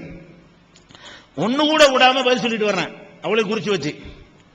என்ன இது? ரசூலுல்லாஹ் மௌத்தா போன உடனே இஸ்லாத்தோட போயிட்டாங்க நிறைய பேரு, ஜக்காத்துக்காகவே கொடுக்காம போயிட்டாங்க. சஹாபாக்கள் பணம் வந்த உடனே போய்விட்டார்கள். போன ஆட்களை போனாங்கன்னு சொல்ல முடியும்? போன ஆளுக்கு எப்படி சஹாபாக்கள் இருக்க முடியும்? இதை நான் அவதூறாக சொல்றேன். லம்மா துஃபிய ரசூலுல்லாஹி ஸல்லல்லாஹு அலைஹி வஸல்லம், ரசூல் ஸல்லல்லாஹு அலைஹி வஸல்லம் மரணித்த பொழுது புகாரில் 1399 நிறைய ஹதீஸ்ல இருக்குது. ஒரு நம்பர் சும்மா உதாரணத்துக்காக வேண்டி 1399 அதுல இருக்கிறது. லம்மா துஃபிய ரசூலுல்லாஹி ஸல்லல்லாஹு அலைஹி வஸல்லம் மரணித்த பொழுது கஃபர மன் கஃபர மினல் அரப், அரபுல காபிரா போனவர்கள் காபிர் ஆகிவிட்டார்கள். ரசூலுல்லாஹ் காலத்துல இருந்த காபிரானவர்கள் காபிட்டாயிருந்தா முஸ்லிமா தான் இருந்தாங்க, முஸ்லிம் தானே காபிர் ஆனாங்க. காபிர் ஆனாங்கன்னு இருக்குதா இல்லையா? இருக்குது. அப்ப உமர் என்ன செய்யறாங்கன்னா, அபூ பக்கர் என்ன செய்யறாங்கன்னா சண்டைக்கு போவாங்கறாங்க. உமர் கேட்கறாங்க, கைஃப துகாலித்துன் நாஸ், நீங்க எப்படி மக்களோட போர் செய்வீங்க? وقد قال رسول الله صلى الله عليه وسلم امرت ان اقاتل الناس حتى يقولوا لا اله الا الله, லா இலாஹ இல்லல்லாஹ் சொல்ற வரைக்கும் நான் போர் செய்வேன். மதா காலஹா அஸம மின்னி மாலஹு வ நஃப்ஸஹு இல்லா பிஹக்கிஹி, அதை சொல்லிட்டாருன்னு சொன்னா அவர் உயிரையும் மாலை நஃப்ஸையும் பொருளையும் உயிரையும் பாதுகாத்துக் கொண்டார். ஹிசாபுஹு அலல்லாஹ்னு சொன்னாங்களே, எப்படி நீங்க யுத்தம் செய்யலாம்? ஜகாத்துக்கும் தொழுகையும் பிரித்து பார்ப்பார்களேயானால், கொடுக்க மாட்டேன் என்று சொல்வார்களேயானால் நான் போர் செய்வேன். லவ் காத்திலனஹும் வல வஹதி, நான் தனியா இருந்தாலும் போர் சொல்வேன்னு சொன்னாங்க. இது நடந்ததா இல்லையா? போர் செய்யணும் அந்த அளவுக்கு தூண்டப்பட்டார்களா இல்லையா? ஜக்காத்து கொடுக்க மாட்டேன்னு மறுத்தார்களா இல்லையா? இந்த ஜக்காத்த காரணமா வச்சு இஸ்லாத்துக்கு வந்துட்டு வெளியே போனாங்களா இல்லையா? இதோட கடைசியா அஸ்ஸலாமு அலைக்கும் வரஹ்மத்துல்லாஹி வபரகாத்துஹு. அருமை சகோதரர்களே, அநேகமா இதுக்கு அடுத்து ஒரு அமர்வு தான் நமக்கு கிடைக்கும்னு நினைக்கிறேன். அதுக்கு முன்னால நேற்று அவங்க பேசும்போது சொன்னாங்க இமாம் அஹ்மது இமாம் ஷாஃபி எல்லாம் இஜ்மா மறுத்துக்கிறாங்க, அவங்கள என்ன சொல்ல போறீங்கன்னு கேட்டாங்க. நமக்கு சட்டத்தை எடுத்து பார்த்து சொல்றேன், அதை பார்த்த பிறகுதான் தெரியும் நினைச்சோம். காலையிலே எடுத்து வச்சுட்டோம். இதை பத்தி மேல கொண்டு கேட்கிறாராங்கிறக்கான எதிர்பார்த்தோம், கேட்கல. அன்னைக்கு கடைசியில் வாய்ப்பாடு பாடும்போது பாடலாம். அதனால அதுக்கு முன்னால இதை நாங்க கொடுத்துறோம். இந்த 2 கிளிப்ஸ் இருக்குது, அவங்க இதைத்தான் பார்த்திருக்கணும், இது பார்க்கட்டும். இந்த 2லயும் என்ன இருக்குதுன்னா 2 இமாம்களும் எல்லா இஜ்மாவையும் மறுக்கல, ஒரு குறிப்பிட்ட இஜ்மாவை மறுக்கிறாங்க. ஒட்டுமொத்தமா இஜ்மா இல்லைன்னு அவங்க சொல்லவே இல்லை. இஜ்மா சுக்கூத்தின்னு சிலர் சொல்ல, சிலர் சும்மா இருக்கிற மாதிரி நிலை இருந்துச்சுன்னா அது வேண்டாம் இல்லாம இருக்கலான்னு ஒரு குறிப்பிட்டதை மறுத்த உடனே ஒட்டு மொத்தமா இஜ்மாவே மறுத்துட்டாங்கன்னு சொல்லி அவங்க பேசியிருக்கிறாங்க. நான் அதுக்குள்ள பதில கொடுக்குறேன். என்ன தம்பி அங்க கொடுங்க, படிச்சு பார்த்துக்குங்க. அடுத்து அபூஜஹலை விட மோசமானவன் நான் சொன்னேன், யார் சொன்னாலும் இவர் கேட்டுக்கிறாருங்கிறாரு. நான் என்ன செய்வேன்? எழுதியிருக்கிறது தானே பார்க்கணும். அவர் எழுதியிருக்கிறாரு, உஸ்மான், அப்துல் காதிர், யாசின், மூசா ஆகியோர் முன்னிலையில் சாட்சியாக 4 பேர் சாட்சி வச்சு அந்த ஆள் எழுதியிருக்கிறாரு. ஜவாஹிருல்லா, நான் அபூஜஹலை விட மோசமானவன் என்று எந்த முஸ்லிமும் சொல்ல துணியாத சொல்லால் தன்னைத்தானே விமர்சித்துக் கொண்டவர் பிஜே. ஜவாஹிருல்லா தான் சொல்லி இருக்கிறாரு. 4 பேரை சாட்சியாவும் காட்டுறாரு. எனக்கு என்ன வைக்கிறது போய் 4 பேரை நான் எங்க போய் எந்த மூசாவையும் ஈசாவையும் பார்க்கட்டும். அதனால அந்த நான் சாட்சி இருந்ததை தான் எடுத்து வச்சோன்னே. நீங்க ஒரு சின்ன விஷயத்துக்கே இவ்வளவு கொந்தளிக்கிறீங்களே. அந்த நேரத்தில் மக்கா மதீனாவுடைய ஆட்சி உங்க கையில இருந்து இந்த மாதிரி ஒரு சூழ்நிலை அந்த சஹாபாக்க காலத்தில் இருந்திருந்தீங்கன்னா வெட்டியே குவிச்சிருப்பீங்க. ஏன்னா ஒரு சின்ன விஷயத்துக்கு போய் அபூஜஹலை சொல்றதா இருந்தா, அபூஜஹலை விட மோசமானவன்னு சொல்லக்கூடிய கருத்து எவ்வளவு மோசம். எவ்வளவுதான் மனுஷனுக்கு கோபம் வந்தாலும் தன்னை தனக்குள்ள வச்சிருக்கணுங்க. அந்த இது இல்லையே. அப்ப சஹாபாக்கள் வீரர்கள், அவங்க தனக்குள்ள அஷித்தாவு அலல் குஃபாரி ருஹமாவு பைனஹும், குர்ஆனும் ஹதீஸும் போற்றி போடுற அந்த சஹாபாக்களை கர்ண கடூரிகளாக எடுத்து காட்டுறீங்க, வைசூரிகளாக எடுத்து காட்டுறீங்க, எதிரிகளாக எடுத்து காட்டுறீங்க. 2 பேரும் நாட்டை பிரிச்சுக்கலான்னு நின்றாங்க, வரிஞ்சு கட்டிக்கிட்டு நின்றாங்கிறீங்க. உமர் சொன்ன உடனே கட்டுப்பட்டாங்க. இப்படி வரிஞ்சு கட்டிக்கிட்டு நிக்கிற ஆளுக ஒருத்தர் சொன்ன உடனே கட்டுப்படுவாங்களா? முன்னால டிஸ்கஸ் நடந்துச்சு, ஆலோசனைகள் நடந்துச்சு, பல பேர் பல கருத்து சொன்னாங்க. அது அவங்களுக்கு பதவி ஆசை, கிறுக்குங்கக்கூடிய அர்த்தம் அல்ல சகோதரர்களே. சஹாபாக்களை பத்தி நல்ல எண்ணம் இல்ல அண்ணனுக்கு, அதான் நான் குறிப்பா சொல்ல வர்றேன். நல்ல எண்ணம் இருந்திருந்தா அவர் இந்த மாதிரியான விவாதங்கள், இந்த மாதிரி விமர்சனங்கள் செய்தே இருக்க மாட்டார். திருந்தணும். அதுக்கு நீங்க பலவாறான விஷயங்களை சொல்லிக்கிட்டு குழப்ப வேண்டிய தேவையில்லை. அது மட்டுமல்ல, நான் குறிப்பா சொல்றேன், சஹாபாக்களுக்கு குர்ஆன் கூட ஒழுங்கா விளங்காதுங்கிறார். கேளுங்க, உங்களுக்கு அப்படி விளங்க கொள்ள முடியும். அந்த சில விஷயங்கள் உதாரணமா என்ன, அதாவது வானத்தை கூரையாக்கி இருக்கணும் எல்லாம் சொல்றான் குர்ஆன்ல. வானம் எங்களுக்குள்ள கூரையா இருக்குது, விளங்குமா? சஹாபாக்கள் விளங்கி இருக்குமா? வானம் எங்க கூரையா இருக்குது? கூரைன்னா என்ன செய்யணும்? கூரை மழையில இருந்து நம்மளை காப்பாத்தணும், வெயில இருந்து காப்பாத்தணும். எல்லாம் மேல உழுந்துக்கிட்டு கூறாங்கிறான். வானம் இருக்குது, நம்ம மேல மழை கொட்டுது, வெயில் பட்டுது. ஆனா வானத்தை என்ன செய்யறான்ல, கூரைங்கிறான். விளங்குமா ஏதாவது அந்த மக்களுக்கு? விளங்கி இருக்காது. இன்றைய அறிவியல் உலகத்தில் வாழக்கூடிய மக்களுக்கு விளங்குது. வானம் கூரைன்னா இது வேற ஒரு கூரையாத்தான் இருக்குது. விளங்குற மாதிரி விளங்குச்சா? வானம் கூரையா இருக்குதுன்னு சஹாபாக்களுக்கு விளங்கியிருக்காங்க. எப்படி கூரையா இருக்கு? மழையும் பெய்யுதே, வெயிலும் அடிக்குதே. கூரையா இருந்தாவளா இருந்திருக்காது. மழை பெய்யக்கூடாது, வெயில் அடிக்கக்கூடாது. அடிக்குதுன்னா அது எப்படி கூரையா இருக்கும்? சஹாபாக்க புரியாம திகைச்சாங்களாம். இன்னைக்கு அறிவியல் உலகத்துல திகைச்சிட்டு இவர் ஏதாவது பதில் சொல்லுவாருன்னு பார்த்தா இன்னைக்கு அறிவியல் மூலமா தெரியுது வானம் கூரையா இருக்குன்னா கூரையா இருக்கு. இதான் விளக்கம். அறிவியல் எப்படியா சொல்லியிருக்கிறான்? ஆனா அது விளக்கியாவது சொல்லணும்ல. கூரையா இருக்குன்னா எங்களுக்காவது கொஞ்சமாவது விளங்கும். சஹாபாக்களுக்கு கூரையா இருக்குன்னா என்னன்னு விளங்கல. இன்னைக்கு அறிவியல் உலகத்துல சொல்லிட்டான் வானம் கூரையா இருக்கு அப்படின்னா கூரையா இருக்கு. அருமை சோதரர்களே, 2வது கடலுக்கு அடியில் அலை இருக்குன்னா என்ன விளங்கி இருக்கும் உங்களுக்கு? கடலை பார்க்காத ஆளுங்க, கடல்ல போகாத ஏதாவது விளங்கி இருக்குமா? நமக்கு விளங்குது. இப்ப நமக்கு சுனாமிக்கு பிறகு எவ்வளவு விஷயங்கள் விளங்குது. சுனாமிக்கு முந்தி கடலே பார்க்காத ஆளுகளாம் சஹாபாக்க. கடல்ல போய் சண்டை போட்டு அம்பருங்கிற மீனை பிடிச்சி 18 நாள் சாப்பிட்டு எத்தனை சம்பவங்கள் இருக்குது. என்னன்னு தைரியமா சொல்றாருன்னு தெரியலைங்க. கடலே பார்க்காத ஆளுகள் சஹாபாக்களை சொன்னா எப்படி ஞானம் ஒரு சஹாபாக்களை பத்தி நினைச்சு வச்சிருக்கிறான்னு புரியுங்க. 100கணக்கான கிளிப்ஸ் வச்சிருக்கிறேன் அவர் பேசின பேச்சுல. அவர் ஏன் கிளிப்ஸ் இருக்காது, அவரே சொல்லிட்டாரு 5 கிளிப்ஸ் தான் இருக்கும், 5 சீடி தான் அவர் கிடைச்சிருக்கு, அவ்வளவுதான் இருக்கு, அதே அதிகமா கிடைச்சிருக்குது. என்னைய போய் அவன் சீட்டு குடிக்க போறான், அது வேற விஷயம். அதனால அவர் பேச்சு தான் நடந்திருக்கு, அவர் பேச்சு பூரா இப்படி இருக்குது. அதை சொல்ல வர்றேன் நான். இந்த மாதிரி விஷயங்களை போய் எடுத்து சொல்லி நம்பர் 1 தீர்ப்பு சொல்லிருப்பாங்களா? இன்னைக்கு உள்ளத காண்டம் யூஸ் பண்ணலாமா என்ன சொல்லி போற ஒரு சாபிட்ட போய் அபூ ஹுரைரா போய் காண்டம் யூஸ் பண்ணலாமா, காண்டம் அதுன்னு என்ன கேட்பாரா இல்லையா? அவருக்கு உங்களுக்கு வருவதே இல்லை. அபூ ஹுரைராக்கு காண்டம் யூஸ் பண்ணலாம்னு தெரியுமா? காண்டம் தெரியுமா? காண்டம் தெரியுமா அவருக்கு? போய் அது காண்டம் யாருக்கு தேவையோ அவங்க வச்சிருப்பாங்க. அது எதுக்கு ஏங்க? அபூ ஹுரைராக்கு ட்ரெயின் தெரியுமா, பிளேட் தெரியுமா, கார் தெரியுமா, பஸ் தெரியுமா, எதையாவது இன்னொன்னு சொல்லி தொலைகிறது? காண்டமா சொல்றது? காண்டம் நிறுவத்து சஹாபிக்கு தெரியுமா? அப்ப சஹாபியை எந்த நிலையில வச்சிருக்கிறாருன்னு பாருங்க. அண்ணன் தெரியாது, கூரண்டாலும் தெரியாது, கடலும் தெரியாது, அவங்க காண்டம் தெரியாது, எல்லாமே தெரிஞ்ச நாம இந்த நிலையில இருந்தா இப்ப இவர் சஹாபாக்களுக்கு எப்படி உள்ள கருத்துக்களை சொல்லுவார்? அப்ப சஹாபாக்களை இவர் எந்த நிலையில கொண்டு போய் நிப்பாட்டி வச்சிருக்கிறாருங்கிறத நீங்க யோசிங்க. அருமை சோதர்களே, இது இஸ்லாம் காட்டக்கூடிய மார்க்க மதம் அப்படி காட்டப்படல. நமக்கு அல்லாஹ்வும் ரசூலும் இதை சொல்லி தரல. தீனுடைய வழிக்கு அத்தாட்சிகளாக ஆணிவேர்களாக இருக்கக்கூடியவர்கள் தான் இவங்க சஹாபாக்கள். இதைத்தான் நபிகள் நாயகம் ஸல்லல்லாஹு அலைஹி வஸல்லம் உணர்த்தினாங்க.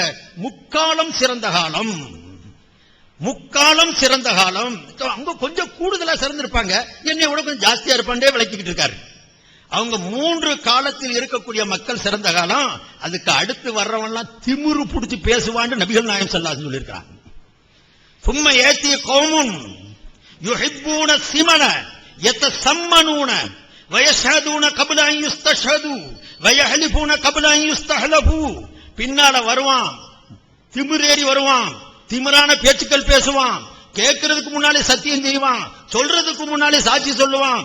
இப்படி தீயவர்கள் இந்த முக்காலத்திற்கு பிறகு வர ஆரம்பிப்பார்கள் நபிகள் நாயகம் ஸல்லல்லாஹு அலைஹி வஸல்லம் சொன்னாங்க.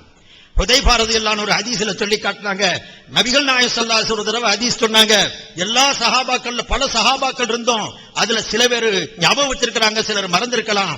நபி இந்த உலகத்துல வரக்கூடிய ஒவ்வொரு குழப்பவாதிகளுடைய பெயரையும் சொன்னார்கள் ஸல்லல்லாஹு அலைஹி வஸல்லம். பேரையும் சொன்னாங்க, அடையாளத்தோடு சொன்னாங்க. காயிது ஃபித்னத்தின். இப்ப நான் நிலையில நினைக்கிற இந்த குழப்பவாதிகள் யாரெல்லாம் குழப்புறோமோ இந்த பேரும் சொல்லப்பட்டிருக்கும். அதனால இந்த குழப்பி மக்களை போட்டு இந்த பாடுபடுத்தாம ஒரு மரியாதையான மார்க்கத்தை கற்றுக் கொடுங்க. நான் காலையிலையும் சொன்னேன், உங்க மூலமா நிறைய கிடைக்க முடியும், ஆனா கெடுத்துட்டீங்க. இன்னமும் இருக்குது நமக்கு வாழ்க்கையில. அல்லாஹ்வுடைய கிருபையில் அவர் சொல்றாரு, நான் இன்ஷா அல்லாஹ் அந்த தலை பெருசு உறுப்பு சிறுசு நாளைக்கு சொல்றேன், ஏன்னா நிறைய சொல்ல வேண்டியிருக்குது. எனக்கு கூட அந்த சாமுத்திரிகா லட்சணமா தெரியுமான்னு கேட்கிறாரு.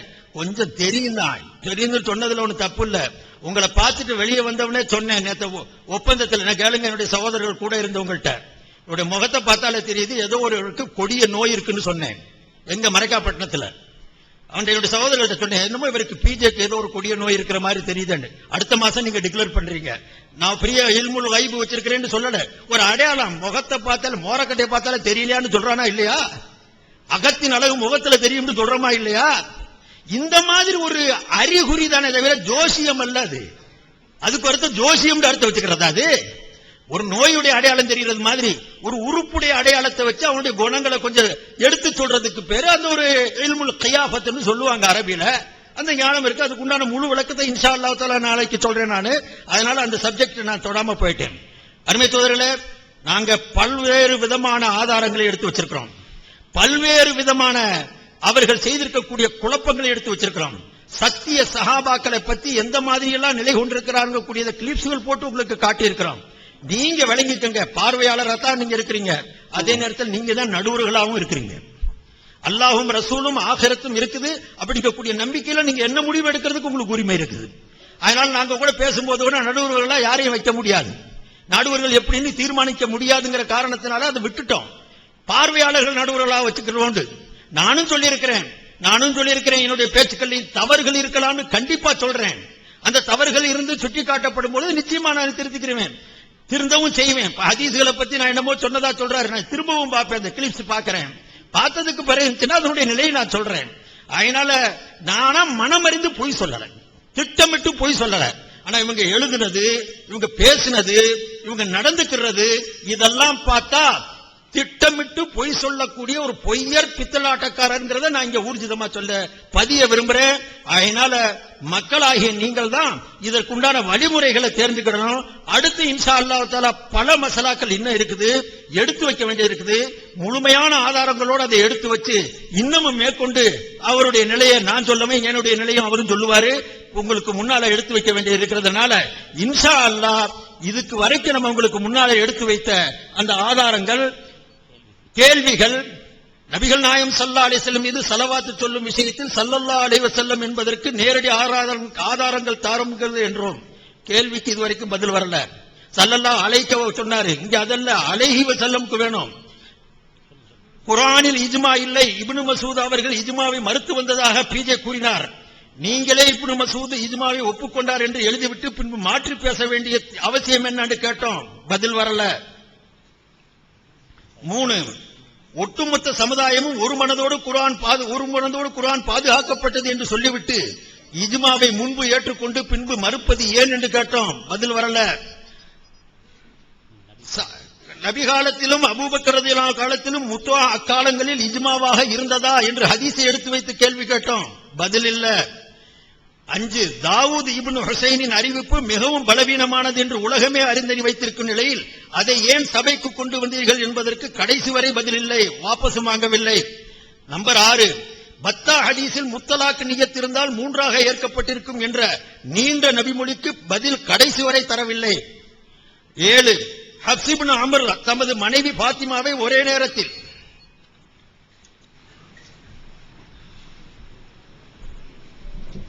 அஸ்ஸலாமு அலைக்கும் வரஹ்மத்துல்லாஹி வபரகாத்துஹு. அன்புள்ள சகோதரர்களே, இன்றைய தினத்தில் இது என்னுடைய கடைசி அமர்வு. அதுல இப்ப லாஸ்டா ஒரு 5 கேள்வி கேட்டாங்களாம், பதில் சொல்லல. இப்ப நேத்து உள்ளதுக்கு நேத்து 46 கேள்வி கேட்டிருக்கிறேன், பதில் சொல்லன்னு பட்டியல் வாசிச்சிருக்கிறேன். 46 கேள்விக்கு பதில் சொல்லாம இஜ்மா கிடையாதுன்னு ப்ரூவ் பண்ணியாச்சு. 5ல 2க்கு சொல்லி இருக்கிறேன், 3 டைம் இல்லாமல் தான் இல்ல. அது ஒரு பெரிய பிரச்சனை இல்ல, அது பெரிய பாதிக்காது. சொல்றேன், 5 சொன்னாரு, 2க்கு பதில் சொல்லி இருக்கிறேன், தூங்கி இருக்காரு நினைக்கிறேன். 3க்கு பதில் சொல்ல வேண்டி இருக்கு. இன்ஷாஅல்லாஹ் இந்த தலைப்புல கட்டுப்படாதனால நான் கண்டுக்கல. சொல்லிட்டீங்கல்ல, அதாவது நாளைக்கு உள்ள சொல்லிடுவோம், அதையும் சொல்லிடுவோம், பெரிய மேட்டர் கிடையாது. ஆனா 46க்கு நீங்க பதில் சொல்லணும். இன்னைக்கு உள்ள சொல்லலனா நேற்று உள்ள 46ஐயும் வருஷப்படுத்தி அம்புடுங்க பதில் சொல்லணும். நம்பர் போட்டு கடைசி 2 அமர்வுல கேட்டிருக்கிறேன், அதை ஞாபகம் வச்சுக்கிறேன்.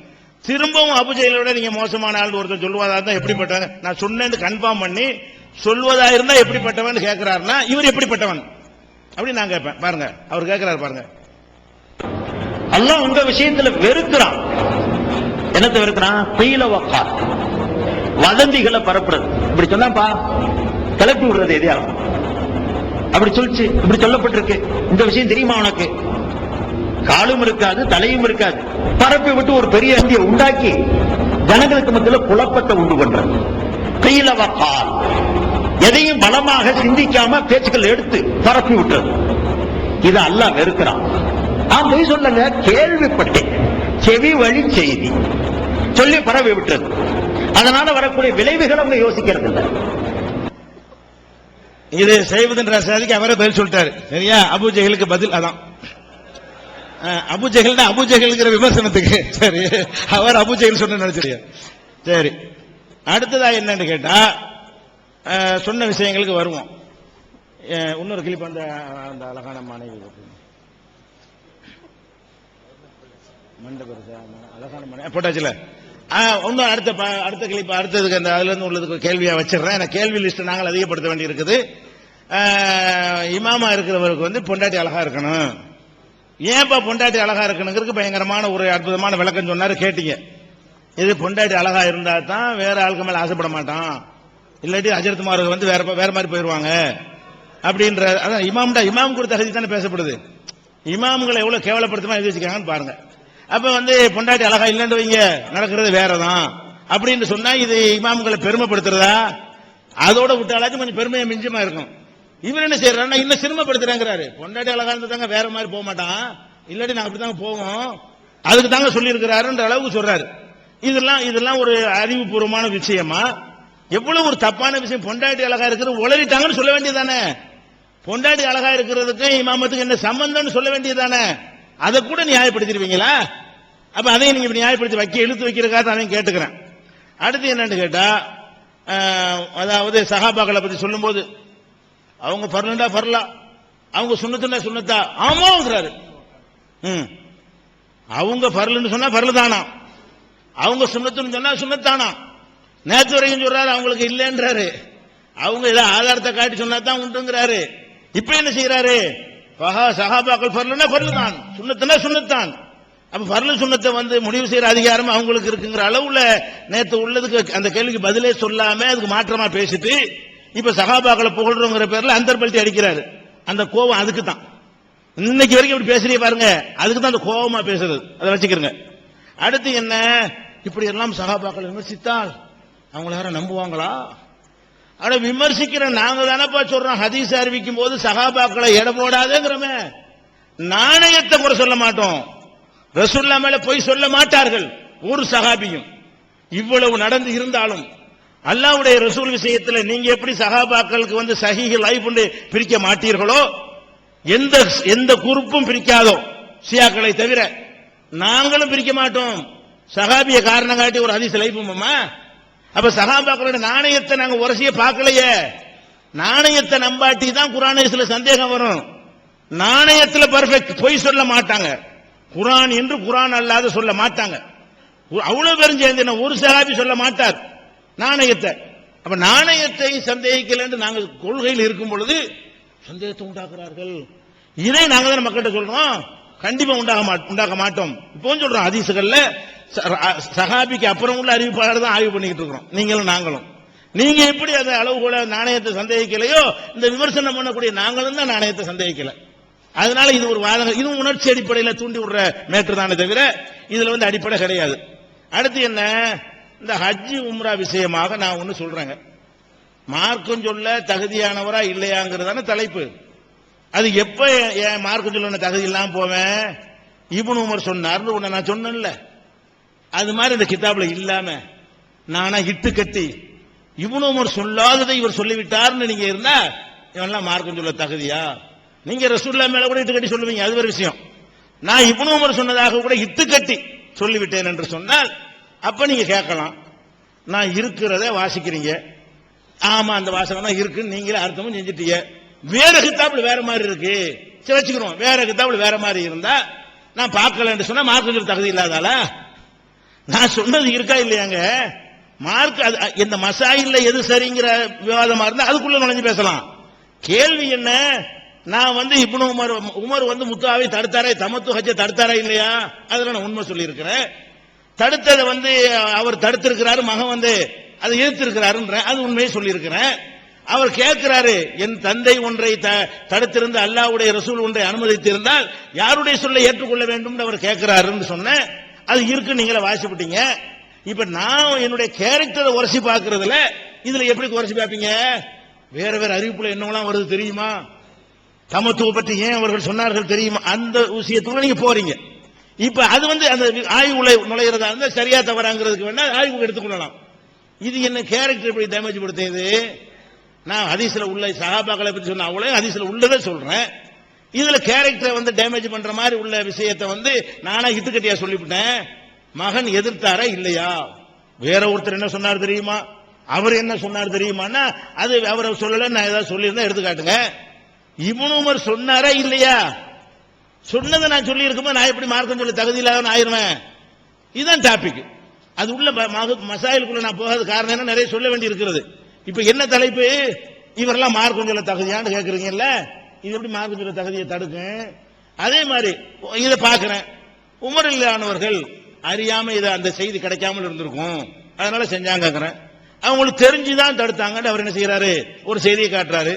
அந்த செய்தி நான் பார்க்கல இல்லையா? சரி, நான் பார்க்காதவன் என்ன முடிவு எடுக்கணும்? தெரிஞ்சு எப்படி தடுப்பாங்க? ரசூலுல்லாஹ்வுடைய சொன்ன தடுப்பாங்களா? தெரியாம தடுத்தாங்க என்பதுதான் கண்ணியம். தெரிஞ்சு தடுத்தாங்கன்னா கண்ணியம் இல்லை அப்படிங்கிற அடிப்படையில் சொல்றேன். இப்ப தெரிஞ்சு தடுத்தாங்கன்னு சொல்லிவிட்டே இல்ல, இப்ப அவங்களுடைய கண்ணியம் தெரிஞ்சு ரசூலுல்லாஹ் ஒண்ணு செஞ்சிருக்கிறாங்க, அது சுன்னத்துன்னு தெரிஞ்சுக்கிட்டு தடுத்தாரு. அது எப்படி ரசூலுல்லாஹ் ஒண்ணு சுன்னத்துன்னு தெரிஞ்சு தடுத்தாருன்னா தப்பு. ரசூல் ஸல்லல்லாஹு அலைஹி வஸல்லம் சுன்னத்து தெரிஞ்சுக்கிட்டு தடுப்பாங்களா? நல்லதை கற்றுக் கொடுத்தாங்களா? ரசூலுல்லாஹ் நல்லதை கற்றுக் கொடுக்கலையா? இவங்க நல்லதை கற்றுக் கொடுத்தாங்க கான்செப்ட் வந்தால் உங்களுக்கு சஹாபி மேல மதிப்பு இருக்கிற விட எங்களுக்கு ரசூல் மேல மதிப்பு இருக்கிறது. ரசூல் ஸல்லல்லாஹு அலைஹி வஸல்லம் சொல்லி இருக்கிறாங்க, தடுப்பாங்களா? தடுத்தால் நாங்க உமரை தான் மதிப்போம். ரசூலுல்லாஹ் சொன்ன தடுத்தால் நாங்கள் ரசூலை தான் மதிப்போம். ரசூல் ஸல்லல்லாஹு அலைஹி வஸல்லம் எதுக்கு இவர் தடுக்கிறது? நன்மையை நாடி இவர் செஞ்சு விட்டார். நன்மையை நாடி இப்படி செய்யறது. அப்ப வஹீல அல்லாஹ்வுடைய தூதர் சொன்ன தடுத்திருக்கார் என்பது பாரதூரமான விஷயம். நீங்க சவுண்ட ஒசத்துறதுனால நியாயமாயிராது. எங்களுக்கு ரசூல் மேல உள்ள முகப்பத் தான் ஃபர்ஸ்ட். ரசூலா உமரான் வரும்போதும் நீங்க உமரை தூக்கி பிடிக்க பாக்குறீங்க. தெரியாம சொன்னா நான் லைட்டா சொன்னா தெரிஞ்சு செஞ்சா நீங்க சொல்றீங்க. இது தெரிஞ்ச நான் இன்னும் கொஞ்சம் கடுமையா நல்லா சொல்லியிருப்பேன். இது முதல்ல இந்த ரிவாயத்தை நான் பார்க்கல, தெரிஞ்சு செஞ்சாருங்கிறத. தெரிஞ்சு செஞ்சாருங்க எனக்கு கிடைச்சிருக்குமே. ஆனால் தெரிந்து கொண்டே செய்யறாங்க, எப்படி ஏத்துக்கிறது இது? ஆமா, அவர் சொன்னவர் யார் அறிவிக்கிறார்? அவர் தான் இழிவுபடுத்துறாரு. சரி, இது ஒரு விஷயம்ங்க. அதனால இதுல இது ஒரு சஹாபாக்களை இழிவுபடுத்துற விஷயம். அவதூற ஏதாவது சொன்னா சொல்லுங்க, இல்லாத இட்டுக்கட்டி சொன்னா சொல்லுங்க. இருக்கிறத வச்சு நான் ஒரு கருத்தை சொன்னா அதையும் மார்க்கம் சொல்ல உனக்கு தகுதி இருக்கா? நான் சொன்ன எல்லாமே மார்க்கம் சொல்ற தகுதியோட பாதிக்கிற விஷயமா நான் சொல்லி இருக்கிறேன். உங்கள் மீது சொன்ன எல்லாமே நீங்க மார்க்கம் சொல்ல தகுதியற்றவருங்கிறதுக்கு நான் எடுத்து வச்சிட்டு இருக்கிறேன். அதை நீங்கள் என்ன செய்யணும், கவனத்தில் வச்சுக்கிறேன். அதுக்கப்புறம் இப்னு மஸ்ஊத் அவங்களுக்கு அந்த தொடைக்குள்ள ருக்கு செய்யும் போது தொடைக்குள்ள கையை வச்சுக்கிட்டு ருக்கு செஞ்சாரு. எப்ப செஞ்சாரு? ரசூல் ஸல்லல்லாஹு அலைஹி வஸல்லம் காலத்துக்கு பிந்தியும் செஞ்சார். ரசூல் ஸல்லல்லாஹு அலைஹி வஸல்லம் காலத்தில் செய்யறதுல மௌத்துக்கு பிறகும் ருக்கு செய்யும் போது அப்படி செஞ்சு தொழுது காட்டினாருங்கிறது ஒரு முஸ்லிம்ல ஒரு அறிவிப்புல வருகிறது. அந்த அறிவிப்பை இமாம் நவவி அவர்கள் புகாரி ஃபத்துல் பாரி விளக்கம் கொடுக்கிறார். நீங்க சொல்றீங்க நவவி அவர்கள் கொடுக்கிற விளக்கம் அதோட சிறப்பா இருக்கிறது. அவர் என்ன சொல்றாரு? லி அன்னஹு லம் யப்லகுஹும் நாசிஹு. சுன்னத்தை முதல்ல இருந்துச்சு, தத்பீகி சுன்னத்தா இருந்தது. நாசிஹ் அவங்களுக்கு கிடைக்கவில்லை, மாத்தின இந்த சட்டம் மாற்றப்பட்டது என்று அவங்களுக்கு தெரியவில்லை அப்படின்னு நவவி சொல்லி இருக்கிறாரு. தெரியலன்னு சொன்னது இது பொருத்தமா இருக்குது. ரெண்டும் செய்வாரு என்று விளக்கம் கொடுப்பது பொருத்தமற்றதா இருக்கிறது. அவர் ஒன்னதான் செஞ்சிருக்கிறாரு, மாத்தி செஞ்சிருக்கிறாரு. இன்னொரு விதமா செஞ்சாருங்கிறத அதுல வரணும். இப்படி ஒரு நாள் செஞ்சாருன்னு காட்டணும். இதான் செஞ்சிருக்காருன்னு வரும் பொழுது நவவி என்ன சொல்றாரு? நீங்க ஃபத்துல் பாரில சொன்னாருன்னு சொல்றீங்க, நான் பார்க்கல.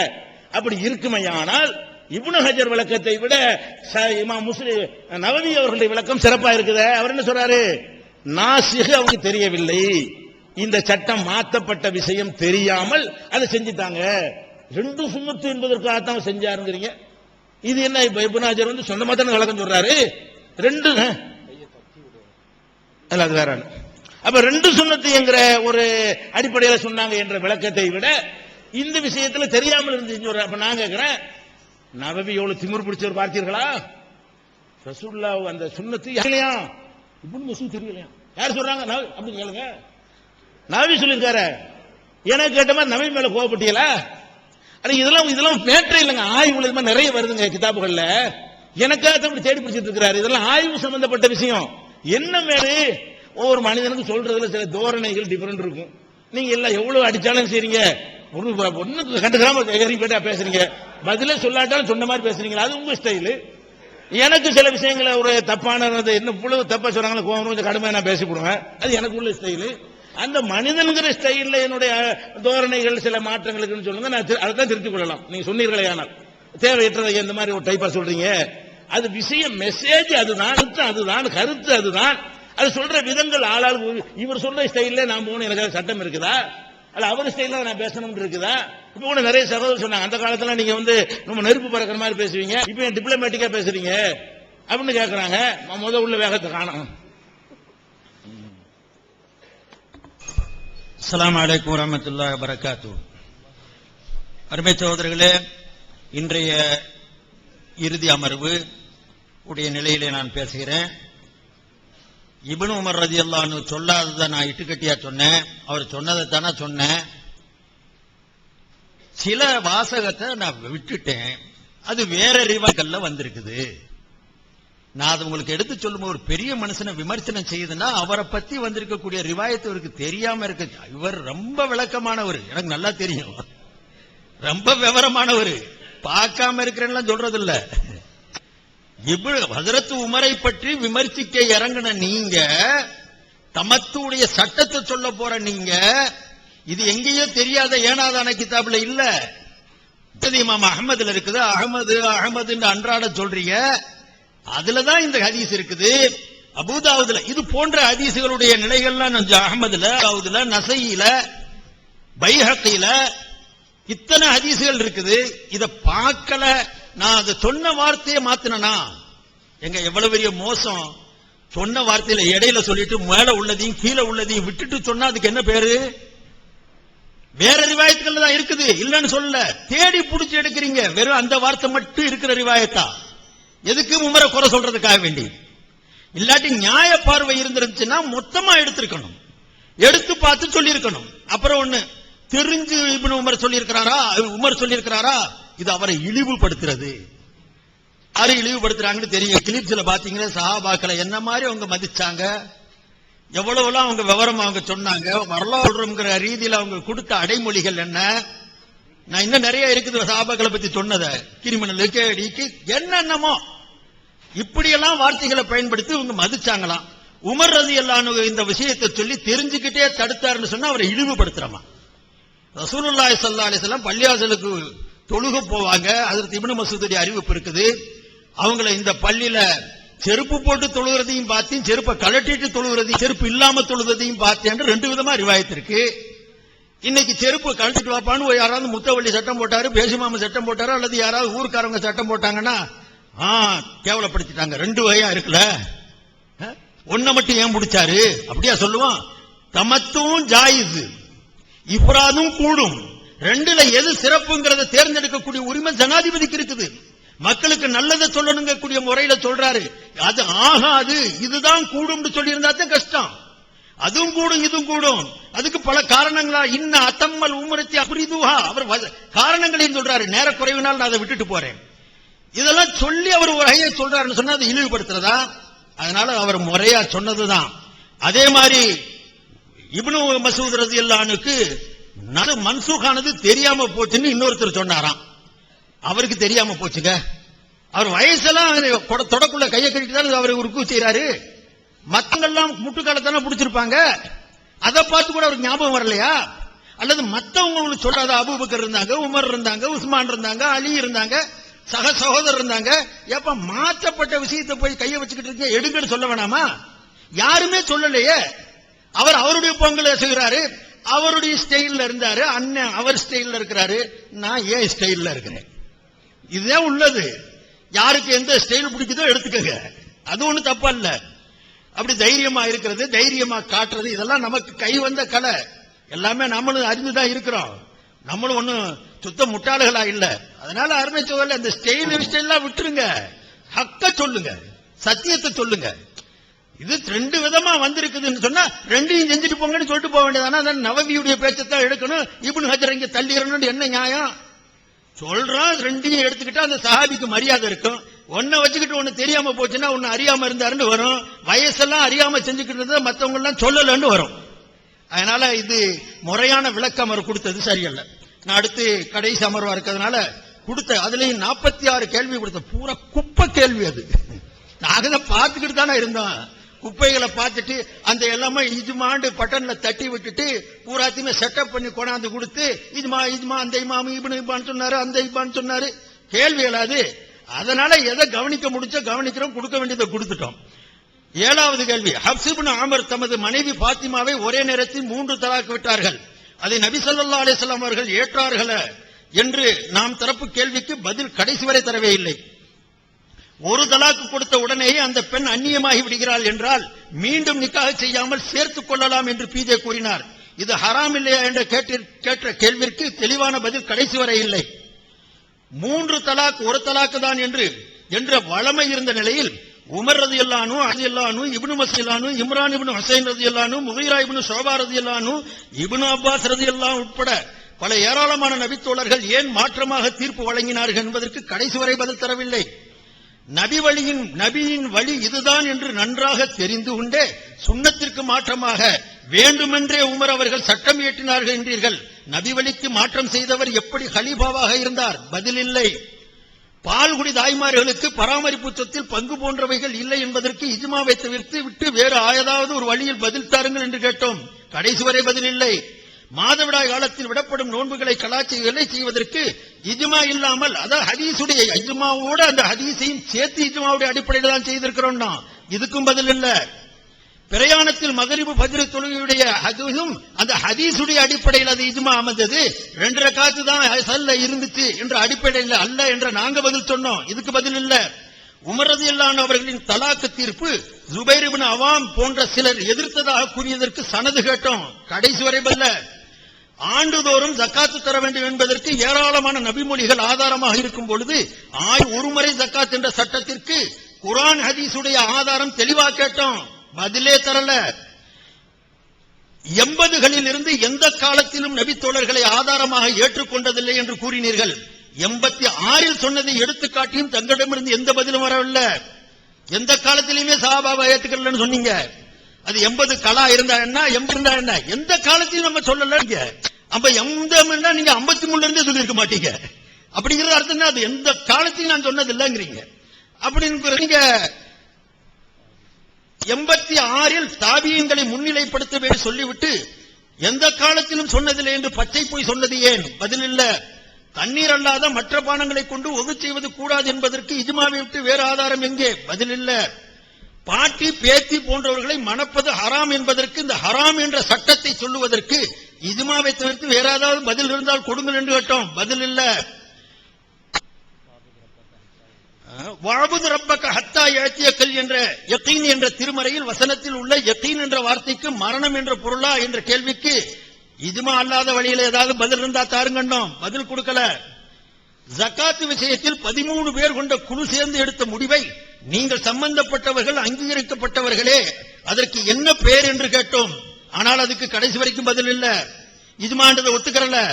அப்துல்லா இப்னு முஆவியா ரலியல்லாஹு அவர்களை நபி தோழரே அல்ல என்பதை நிரூபிக்கும்படி பலமுறை நாம் கோரியும் கடைசி வரை பதில் இல்ல. பிஜேயால் பதில் தரப்படாத இன்றைய கேள்விகள். அபூ ஹனீஃபா அவர்களின் தந்தை அபூ ஹனீஃபாவை அலியிடம் அழைத்து சென்றார் என்பதை நிரூபிக்க வேண்டும் என்று கேட்டோம். ஆனால் அதை பற்றி வாய் திறக்காமலேயே விவாதத்திற்கு சம்பந்தம் இல்லாததை பேசி வருகிறார். பிஜேயால் பதில் தரப்படாத கேள்விகள்.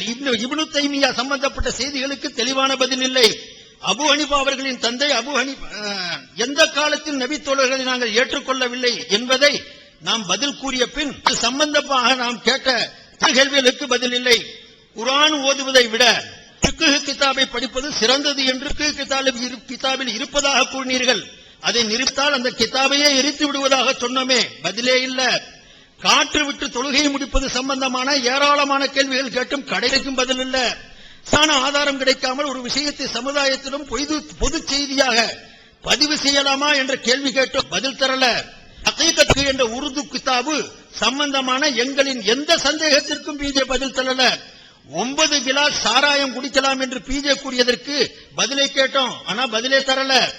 மகானி என்ற நூலை கேட்டார்கள். அது தரப்பட்டு விட்டது. ஆனால் அதை பற்றிய வாய் திறக்கவில்லை. பதில காணோம். ஹகீகத்துல் ஃபிக்ஹுடைய அந்த நூலிலே சொல்லப்பட்ட அட்டவணையை மாத்தி தன்னுடைய புறத்திலிருந்து அட்டவணையை சேர்த்ததற்கு காரணம் சொல்லுங்க கேட்டோம். ஏமாத்தல ஏன்னு கேட்டோம். கடைசி வரைக்கும் அழுப்பல் பதில் இல்ல. இப்படி ஏராளமான கேள்விகளை இன்னும் இருக்குது மிச்சம். இன்ஷா அல்லாஹ் இதை உங்களுக்கு முன்னால எடுத்து வைப்போம். அதுக்கு முன்னால நபில் கிஷோர் என்பதை நௌலக்சூர் என்று தமாஷாக எழுதியது தவறாக எழுதி பற்றி ஆதாரம் கேட்டோம். பதில் தரல. இந்த மாதிரி ஏராளமான கேள்விகள் அருமை சோதரர்களே. அதே மாதிரியாக அவரு பிஜே அவர்களை பொறுத்த வரைக்கும் எதுலையுமே கொஞ்சம் பேசுற பழக்கம். அது ஒத்து வருதோ ஒத்து வராததோ விரும்பினதை பேசுவாரு. விரும்பாதது எது மார்க்கத்துக்கு எப்படி இருந்தாலும் தள்ளுவாரு.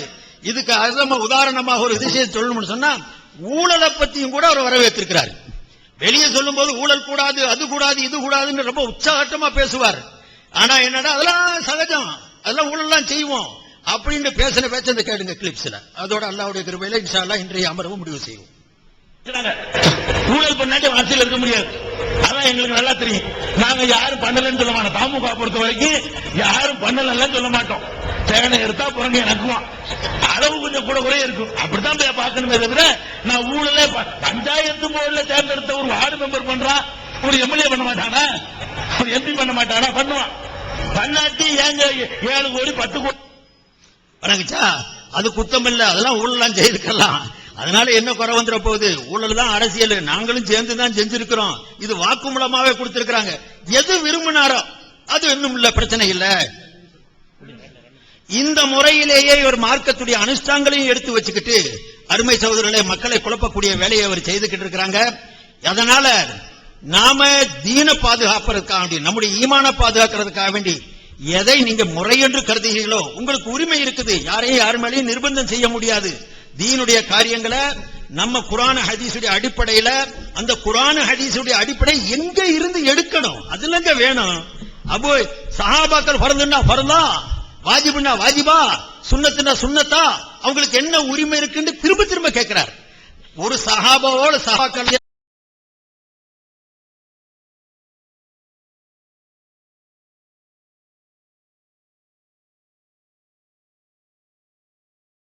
எப்ப சொல்லுவாங்க? வருஷ வருஷம் ஜக்காத்து கொடுக்கணும் கடமைன்னு எப்ப சொல்லுவாங்க? ஒட்டி உறவாடுன்னு இருந்து படிச்சவங்க இல்லையா? நபி வழியில இருந்து அவங்க பெற்றதா இருக்காதா? அவங்க இதுல ஒண்ணு, அவங்க ரசூலுல்லாஹ் சொன்னாங்க சொன்னா அது நாணயத்தோட சொல்லுவாங்க. எந்த நாணயத்தை சொன்னாங்க? அஸ்ஸலாமு அலைக்கும்.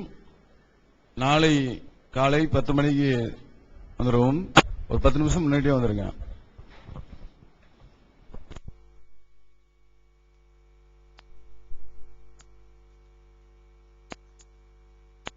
அல்லாஹ்